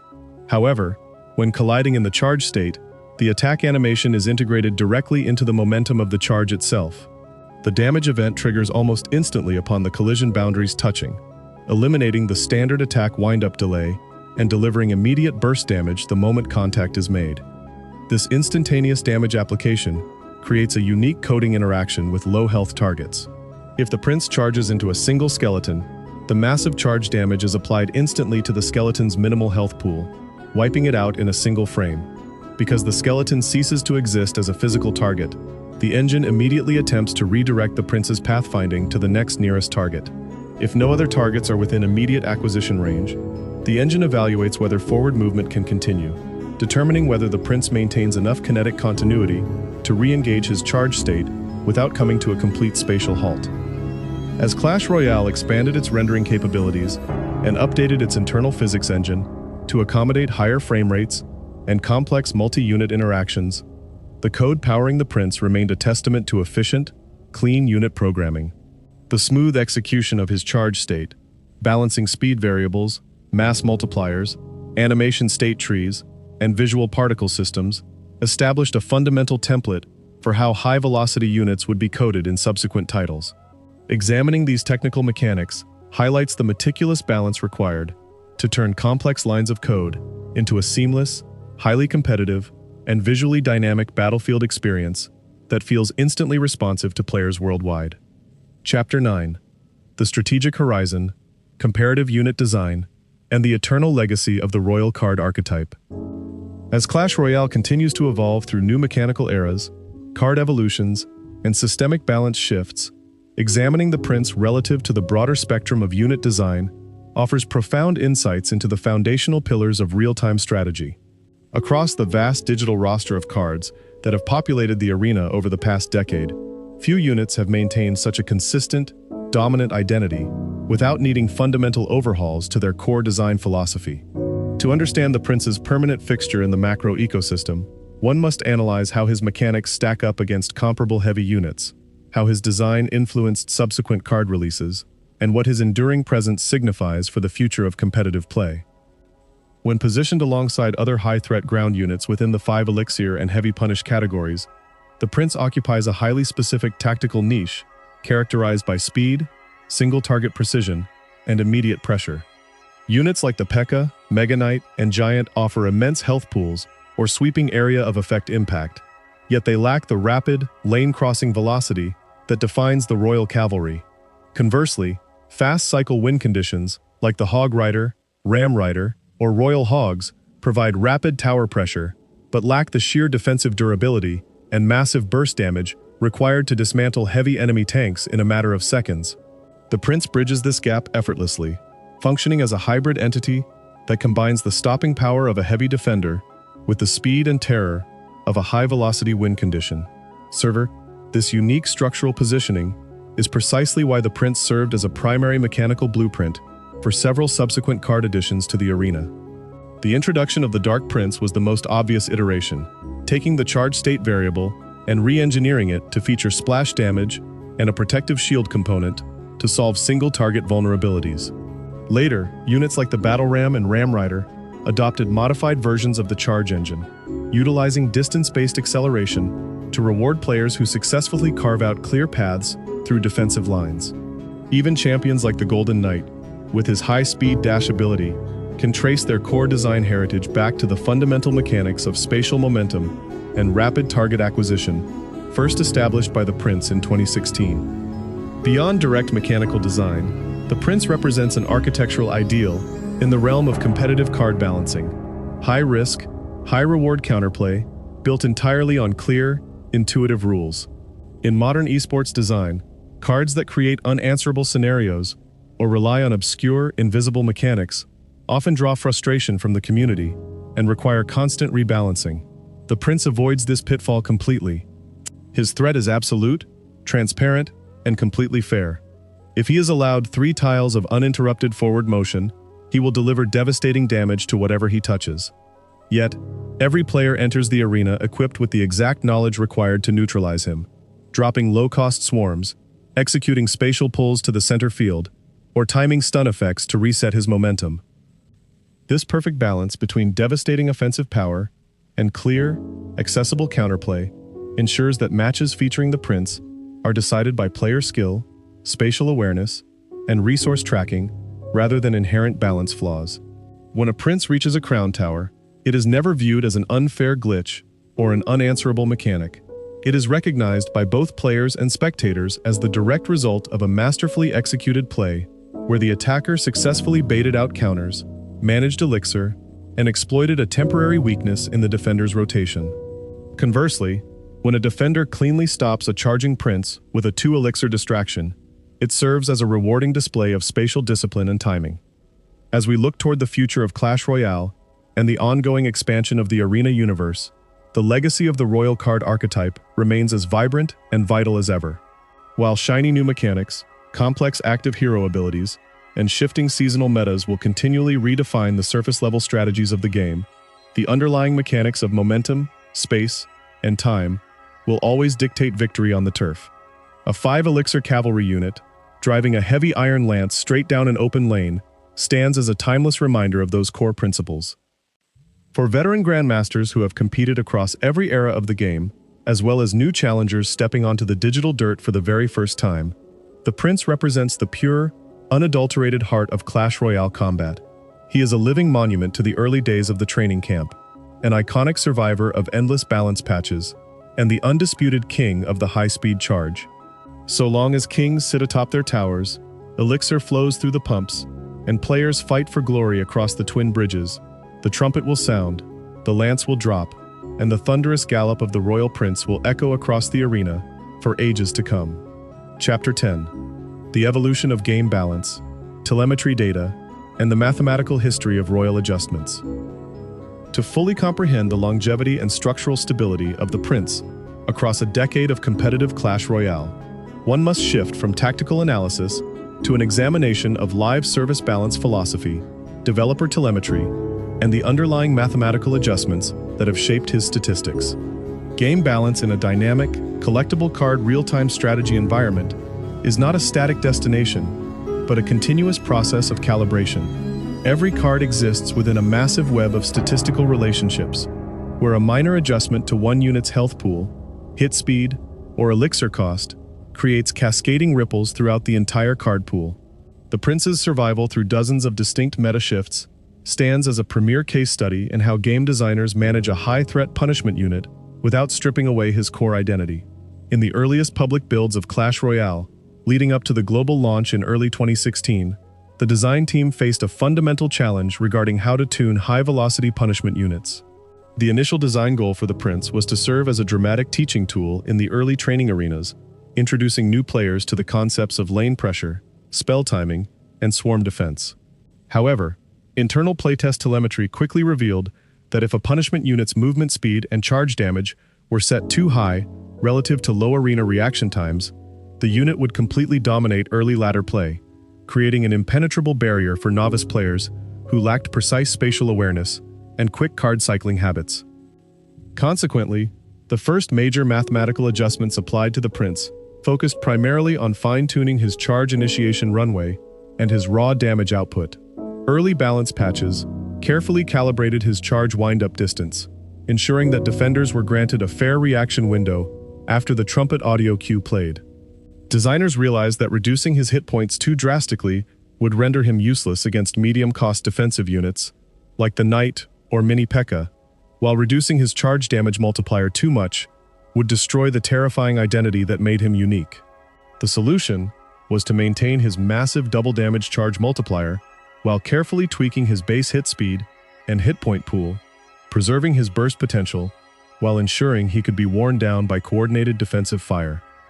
As the player base matured and global tournaments established a formal competitive meta, developer telemetry began tracking performance metrics across distinct player cohorts, separating casual ladder data from top-tier grand challenge and tournament play. A card's health in live service game design is generally evaluated using two primary metrics: win rate and pick rate. A card that exhibits a 50% win rate alongside a moderate, healthy pick rate is considered mathematically balanced, while a card that spikes above a 55% win rate with an extraordinarily high pick rate indicates an over-centralized threat that restricts deck diversity across the ecosystem. During the height of the early beatdown eras, the Prince's telemetry metrics spiked significantly when paired with heavy tanks like the Giant and P.E.K.K.A. Data showed that at 4 Elixir, the Prince offered far too much defensive stability and immediate offensive counterpush value relative to his cost. His ability to absorb multiple hits from heavy attackers, eliminate the threat with high single-target damage, and then immediately initiate a full charge down the opposite lane created an unhealthy economic loop. Players were consistently generating massive positive Elixir trades that could not be adequately punished by opposing control decks. This statistical overperformance led directly to the historical recalibration that moved the Prince from a 4 Elixir card to a 5 Elixir card. In the world of card game balancing, increasing a unit's cost by a single point of Elixir represents a massive 20 to 25% increase in resource requirements. This single adjustment fundamentally altered his mathematical efficiency across every interaction in the game. At 5 Elixir, the Prince could no longer be dropped as a casual, low-risk reaction to minor enemy plays. Every deployment required the player to commit half of their maximum Elixir storage, dramatically increasing the economic risk of getting cleanly defended by low-cost swarm cards. To compensate for this elevated Elixir cost and ensure the card remained competitive at high ranks, balance designers simultaneously applied targeted structural buffs to his base statistics. His total hit point pool was expanded, allowing him to survive extra tower shots and heavy spell impacts, while his base damage was adjusted to preserve his single-strike thresholds against key mid-health targets. This mathematical redistribution successfully shifted his identity from a low-cost, brainless bridge spam unit to a premium, high-impact heavy anchor.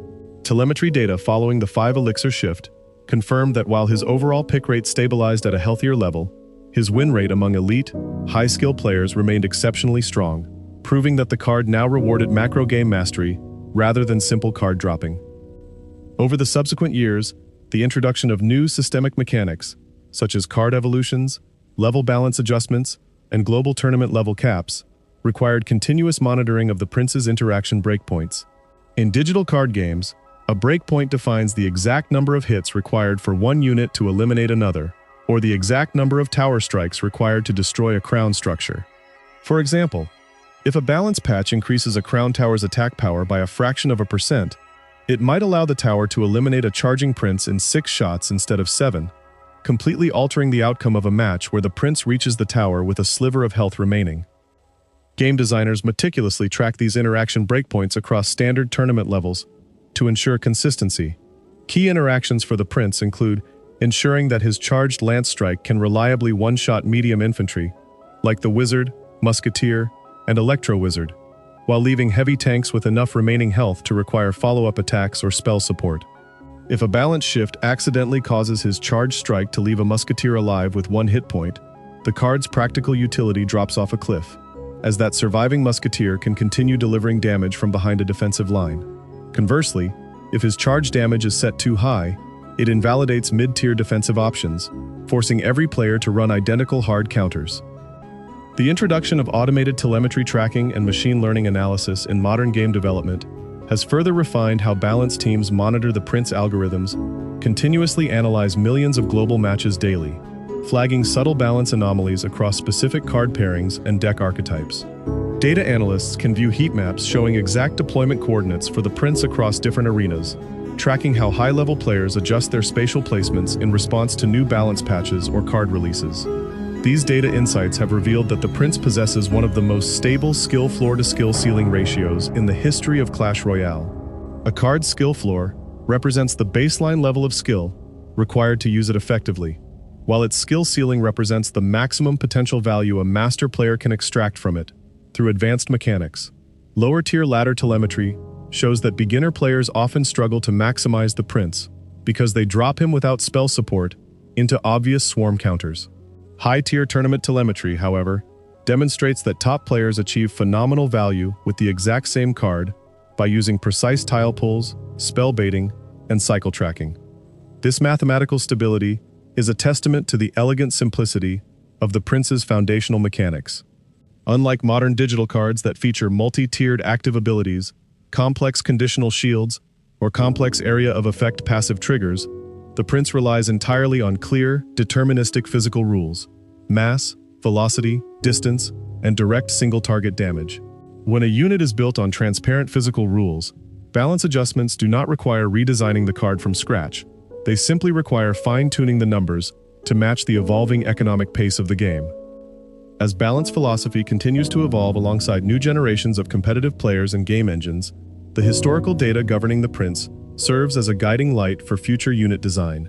He demonstrates that a high-threat punishment card can remain exciting, terrifying, and deeply impactful without ever feeling fundamentally unfair or toxic to the broader meta. Through careful statistical stewardship, numerical precision, and a deep respect for core mechanics, game developers have ensured that the Royal Cavalry Charge remains a permanent, balanced, and revered cornerstone of real-time digital strategy. Chapter 11: The Psychology of Pressure, Cognitive Load Management, and the Mental Game of Lane Control. Beyond the mechanical frame data, tile pathing algorithms, and mathematical balance shifts lies the invisible battleground of real-time competitive play, the mind of the human opponent. Real-time strategy games are ultimately tests of cognitive load, information processing, and emotional control under extreme time constraints.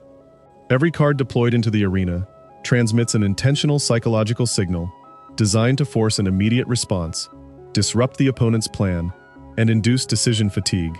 Within this mental arena, few cards possess the sheer psychological weight, immediate urgency, and cognitive disruption potential of the Prince.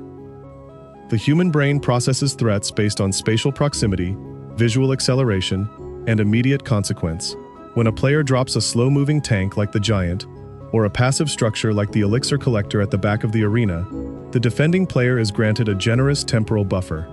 This buffer, often spanning 6 to 8 seconds, allows the defender to analyze their current hand, evaluate their remaining elixir, project future rotations, and calmly structure a multi-stage defense. The cognitive load during this period is low and manageable. The brain operates within its deliberate, analytical processing mode. The deployment of a Prince at the bridge completely shatters this analytical luxury the moment the trumpet audio cue fires and the warhorse begins its accelerated gallop. The defending player's brain instantly shifts from slow analytical thinking to high-stress, rapid reflex processing. The temporal reaction window collapses from several seconds down to a fraction of a second. A charging Prince crossing the bridge will reach a crown tower in under 3 seconds if left unchecked, with every passing millisecond exponentially increasing the risk of catastrophic tower damage. This sudden spike in temporal pressure induces a psychological phenomenon known as cognitive overload, where the player's working memory is overwhelmed by the immediate necessity for an instantaneous spatial answer. Under extreme cognitive load, human players are significantly more prone to making critical mechanical and tactical errors. They may panic deploy a spell one tile off target, miscalculate their remaining elixir reserves, or drop a low-health unit directly into the pathing vector of an oncoming charge without accounting for surrounding splash support. A Master Prince player understands that the ultimate objective of a high-velocity bridge punish is not always to deal direct damage, but to force the opponent into making a hasty, suboptimal defensive investment that disrupts their long-term strategy and leaves them out of cycle for subsequent pushes. This psychological dynamic gives rise to the concept of conditional threat presence. In high-level competitive play, a card often exerts its greatest influence on a match, while it is still sitting inside a player's active 4-card hand, completely unplayed. Once an opponent discovers that a deck contains a Prince, the psychological dynamic of the entire match permanently changes. The defender can no longer comfortably spend all their elixir on an aggressive push in one lane, because they know that the moment their elixir bar hits 0, a 5-elixir cavalry charge will instantly appear in the opposite lane. This constant fear of an immediate counter-punish forces the opponent to play defensively, holding on to specific response cards, such as skeletons, the log, or tombstone, far longer than they normally would. By holding these cards in reserve, purely out of fear, the opponent severely restricts their own card cycle and limits their offensive options. The Prince effectively controls the tempo of the entire arena simply through his potential deployment vector. forcing the defender to play a cautious, hesitant game that operates entirely on the prince player's terms. To leverage this mental advantage effectively, elite competitors employ sophisticated bluffing strategies and tempo manipulation techniques designed to exploit the defender's psychological tendencies. One of the most effective mental plays is the concept of false lane setup. Throughout the first 2 minutes of a match during single elixir play, a player may deliberately build slow, methodical pushes down one specific lane, conditioning the opponent to focus all their defensive attention, card positioning, and elixir tracking on that single corridor. Once the defender has been thoroughly conditioned to expect action in lane A, the attacker waits for a moment where the defender overcommits a heavy asset at the back of lane A. The instant the defender commits that elixir, the attacker immediately drops the prince down the completely empty lane B. Because the defender's spatial focus, physical eye movement, and mental expectations were entirely anchored to lane A, the sudden, high-velocity threat in lane B causes a severe mental lag, a psychological disconnect where the brain requires a full second simply to register the new priority shift before it can even begin formulating a response. By the time the defender recovers from the mental shock and selects a card, the prince has already cleared the bridge, gained his charge state, and locked onto the tower. Another critical psychological dimension of the prince is his role in managing momentum and emotional tilt. Competitive games are heavily influenced by psychological momentum, a state where a player feels completely in control of the match tempo, leading to confident, fluid decision-making. Conversely, when a player suffers a sudden catastrophic loss of tower health due to a single misplay, they often experience tilt, an emotional state characterized by frustration, impulsivity, and degraded strategic thinking. The raw, dramatic impact of a prince charge is uniquely suited to inducing tilt. Unlike passive chip damage from a minor or poison spell that gradually erodes a tower over several minutes, a single charging prince strike instantly deletes massive chunks of health in a visually jarring explosion of damage numbers and camera shake. Losing half a crown tower's health in a single second creates a psychological shockwave that can instantly break an opponent's composure. Tilted players frequently respond by immediately launching reckless, angry counterpushes without accumulating enough elixir, walking directly into the prince player's waiting defensive traps and sealing their own defeat. Mastering the psychological warfare surrounding the prince requires developing absolute emotional composure oneself. Because deploying a 5-elixir prince involves a substantial economic commitment, an inexperienced player may feel immense anxiety when their prince is cleanly stopped by a well-timed 2-elixir distraction. However, the Grandmaster recognizes that a single defended push is merely a data point within a larger mental conversation. Every defensive reaction the opponent displays reveals vital psychological information: their reaction times, their preferred spatial placement habits, their willingness to spend spells, and their current emotional state. By systematically collecting this information over the course of the first 2 minutes, a master player builds a complete mental profile of their opponent. When the match transitions into double elixir time and the music accelerates, the master player synthesizes this profile into a flawless, undefendable sequence of plays, predicting the opponent's defensive response before it even leaves their hand, and preemptively clearing the lane with a predictive spell. In this elevated state of competitive play, the prince ceases to be a mere collection of digital pixels or statistical variables. He becomes an instrument of absolute psychological dominance, driving a lance directly through the opponent's strategic confidence and securing victory through the art of mental supremacy. Chapter 12. The Art of Predictive Spell Synergy, Tile Geometry, and Frame-Perfect Tempo Conversion. At the absolute pinnacle of competitive play, where match outcomes are decided by margins of single frames and individual pixels, mastering the prince requires ascending beyond reactive strategy into the realm of absolute prediction and geometric precision. While novice players deploy spells reactively to clear swarms after they have already engaged the prince, elite grandmasters operate on a plane of anticipatory execution. They calculate line-of-sight vectors, predict card cycles 3 rotations in advance, and launch predictive spells into empty turf, knowing with mathematical certainty that the defender's response card will materialize at the exact coordinate frame required to be instantly vaporized by incoming spell damage. The foundation of predictive spell integration rests on understanding the defender's card cycle and spatial habits throughout the initial probing phase of a match. An elite player does not merely track how much elixir the opponent possesses, they actively map the defender's physical placement nodes. Most players develop unconscious muscle memory habits, repeatedly dropping their defensive skeletons, goblin gang, or tombstone on the exact same tile grid coordinates every time a heavy threat crosses the bridge. Once a master player identifies these spatial patterns and confirms that the defender's low-cost swarm is currently held in their active 4-card hand, the psychological and mechanical setup for a predictive conversion is complete. The mechanical execution of a predictive spell with a charging prince demands flawless frame timing and precise travel time calculations. Every spell in Clash Royale possesses a distinct deployment delay composed of a standard 1-second cast delay plus an additional air travel time that scales linearly based on the spatial distance between the king tower and the target impact tile. A fireball, for instance, takes substantially longer to reach the river tile than a point-blank zap or royal delivery. To execute a seamless predictive fireball that clears a minion horde, or barbarians the precise microsecond they spawn, the attacker must initiate the spell drop before the prince even touches the river line, casting into completely empty field space based entirely on spatial trust and rotational tracking. When executed correctly, the visual and tactical outcome is devastating. The defender, operating under the rapid temporal pressure of a charging prince, drops their primary swarm defense onto their favored defensive tile. However, because the attacker launched their predictive spell 2 seconds prior, the spell impact coincides perfectly with the precise frame the swarm materializes. The defensive troops are instantly deleted from the arena floor without ever generating a single frame of unit collision or damage output against the prince. The prince's charge state remains entirely unbroken. His kinetic momentum continues uninterrupted, and his heavy lance drives straight into the crown tower's collision box for catastrophic burst damage.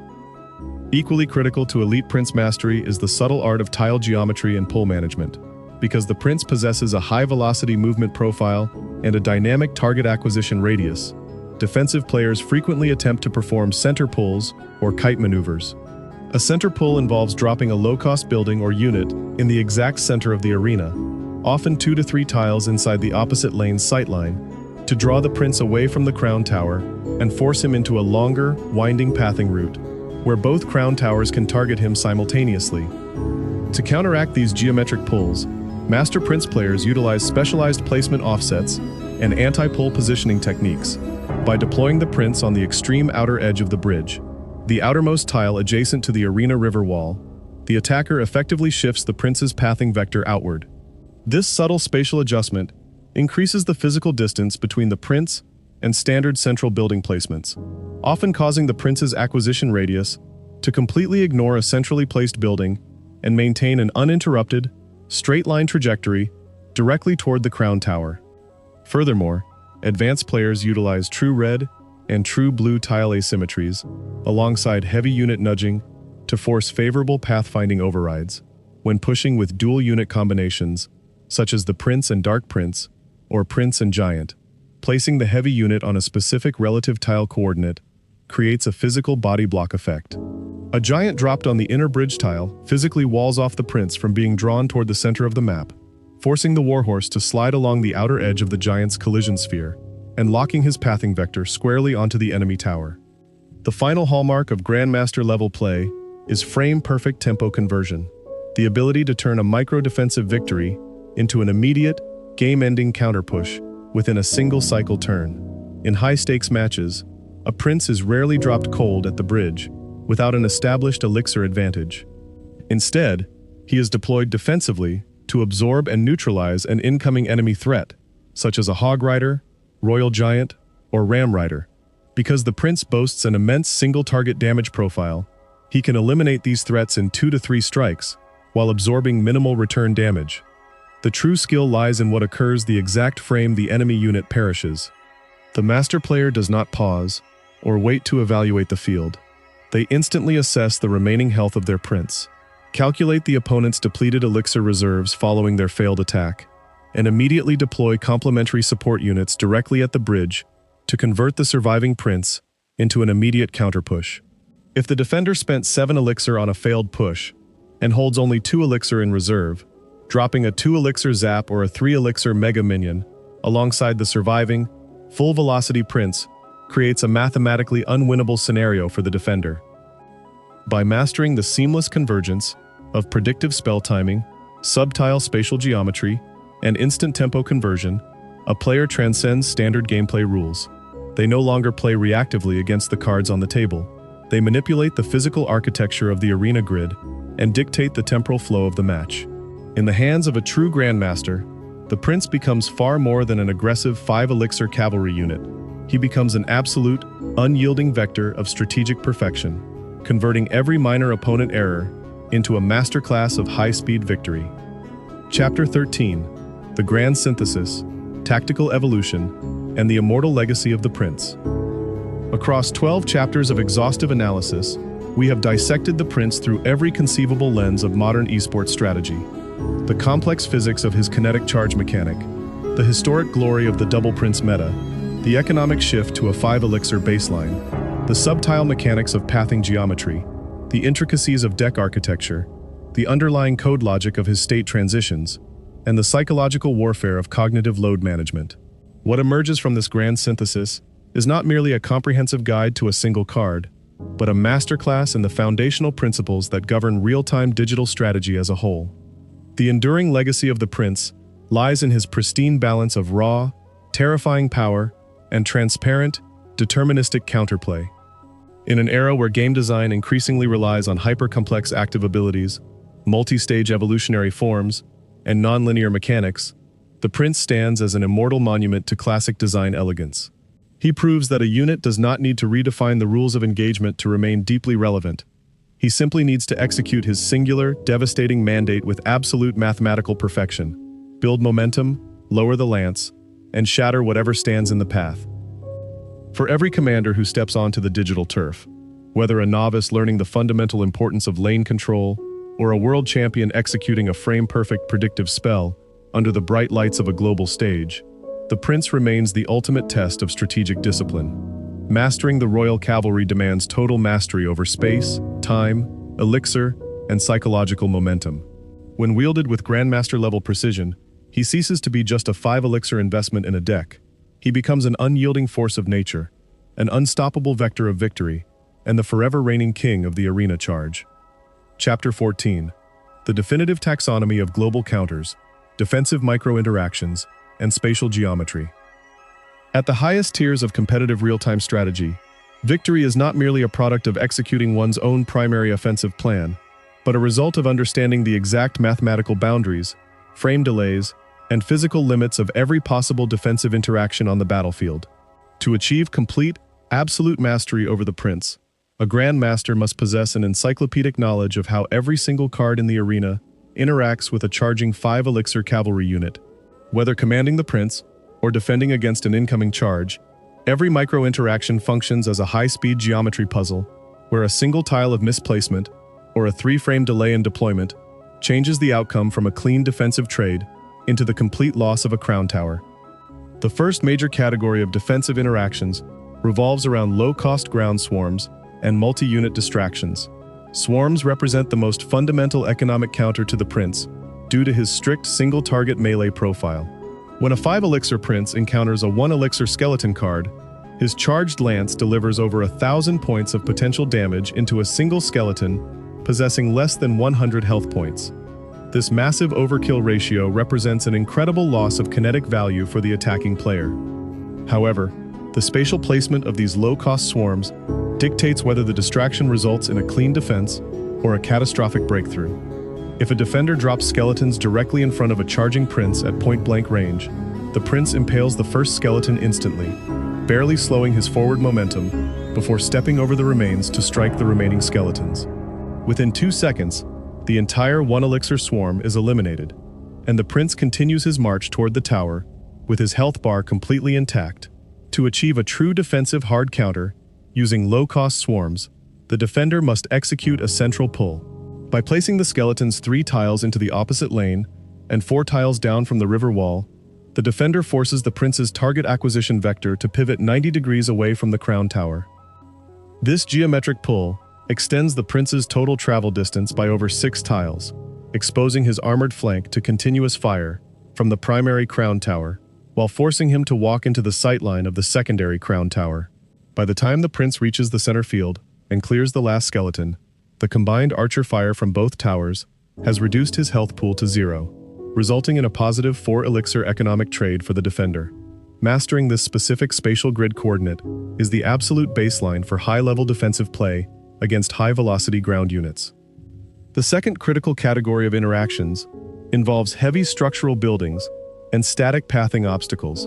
Buildings like the cannon, Tesla, Tombstone, Bomb Tower, Goblin Cage, and Inferno Tower function as immovable spatial anchors that fundamentally alter the prince's pathfinding calculus. Each building type demands a distinct tactical response from both the attacker and the defender. The Tombstone, for instance, represents an operational nightmare for a solo prince because it generates a continuous stream of single-target distractions while serving as a physical wall.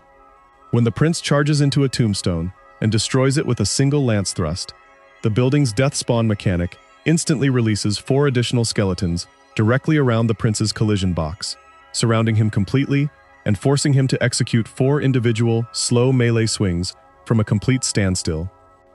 To bypass static building placements, an attacking prince player must employ advanced pathing manipulation and body-blocking techniques using auxiliary units. If a defender repeatedly drops a central cannon in a standard 4-2 placement to pull the prince, the attacker can deploy a secondary unit, such as an Ice Spirit, Dark Prince, or Giant, on the inner lane bridge tile a fraction of a second before dropping the prince on the outer lane bridge tile. The physical volume of the secondary unit's collision sphere acts as an impenetrable barrier, blocking the prince from turning inward toward the center of the arena. Unable to cross the physical coordinate grid occupied by his teammate, the prince's pathfinding algorithm overrides the central building target and defaults to the straight-line vector leading directly to the enemy crown tower. The third major operational domain encompasses status effect interruptions, knockback mechanics, and stun resets.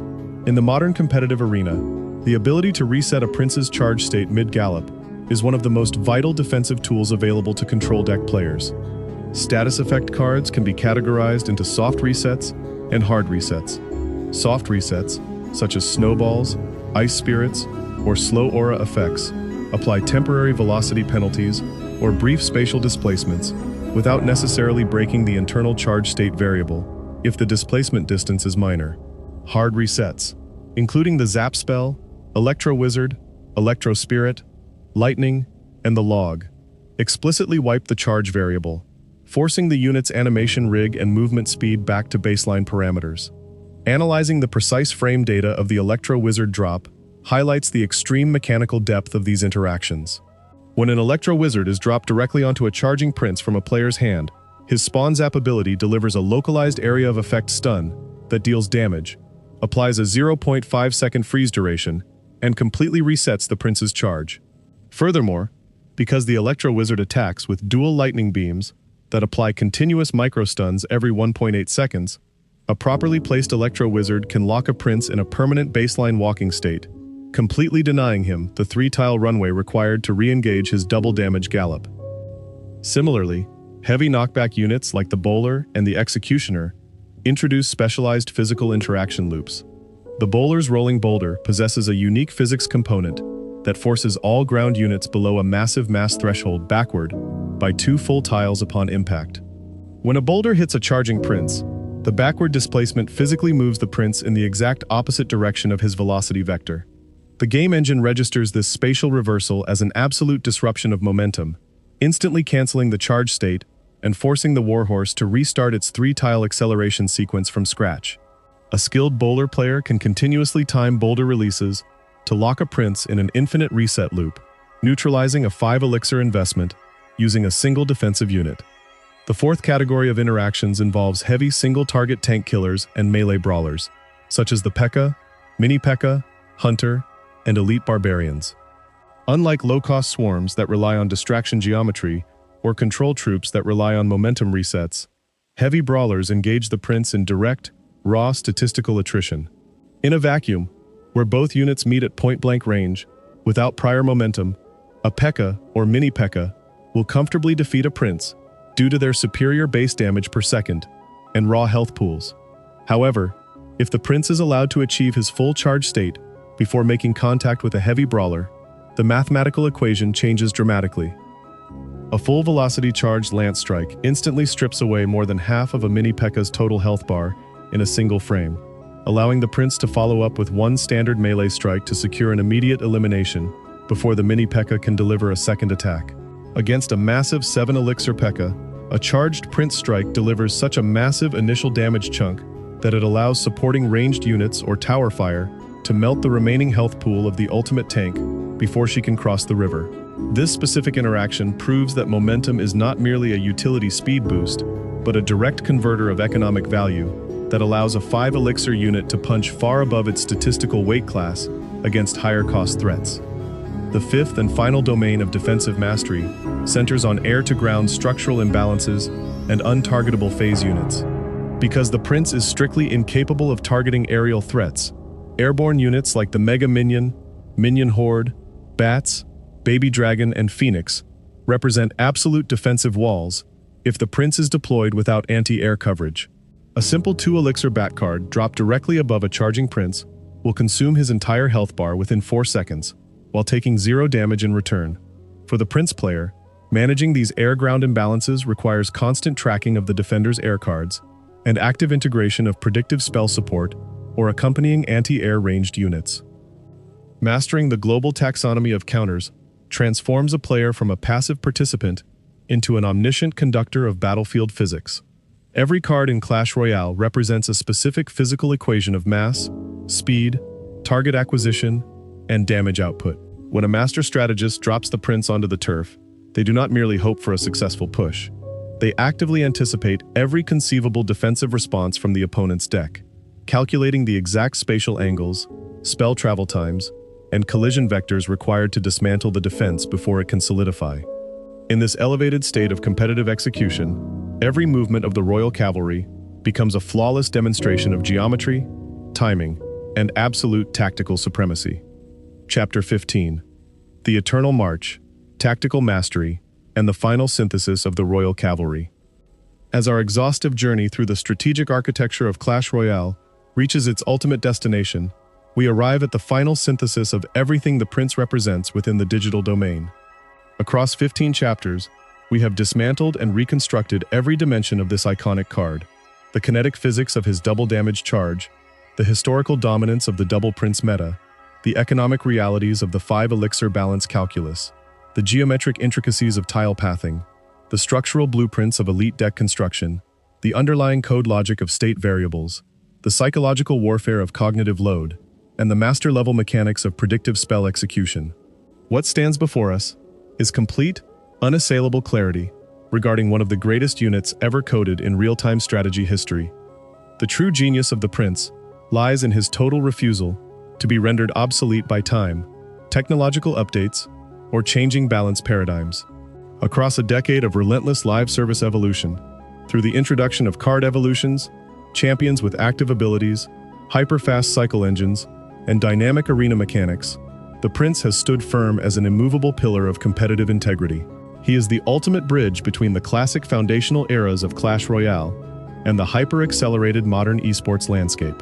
While other cards require complex gimmicks or situational passive triggers to achieve value, the prince demands only one thing from his commander: absolute mastery over space, time, and momentum. To command the prince at the highest level is to participate in an ancient, timeless martial tradition transformed into digital logic. It requires a mind that operates like a master chess engine and hands that react with the speed of an elite musician. You must read the opponent's thoughts before their cards hit the turf, count their fluid reserves down to the fraction of a drop, map the geometric coordinates of every tile grid on the arena floor, and execute predictive spells into empty space with complete, unshakable confidence. When every variable aligns, when the low-cost swarms are baited out, the defensive building is bypassed through clever body blocking, and the pathing line is clear, the sound of those galloping hooves is not merely an audio effect. It is the definitive sound of inevitable, undeniable victory. Whether you are an aspiring challenger sharpening your skills in the early arenas, or a veteran grandmaster competing under the blinding stage lights of the World Finals, the principles detailed within these chapters will serve as your permanent strategic compass. Respect the kinetic power of the charge state. Protect the momentum of your warhorse. Clear the sightlines for your lance. Maintain cognitive discipline when under pressure, and never hesitate when the opening reveals itself down the lane. The arena is a cold, demanding battleground that severely punishes indecision, but it eternally rewards those who commit to their strategy with absolute, unyielding force. The lance is lowered, the path is clear, and the legacy of the royal cavalry is now placed entirely into your hands. Go forth, command the turf with honor and precision, and write your own legendary chapter in the stone halls of the arena. Thank you for taking this deep strategic journey with me tonight. Sleep well.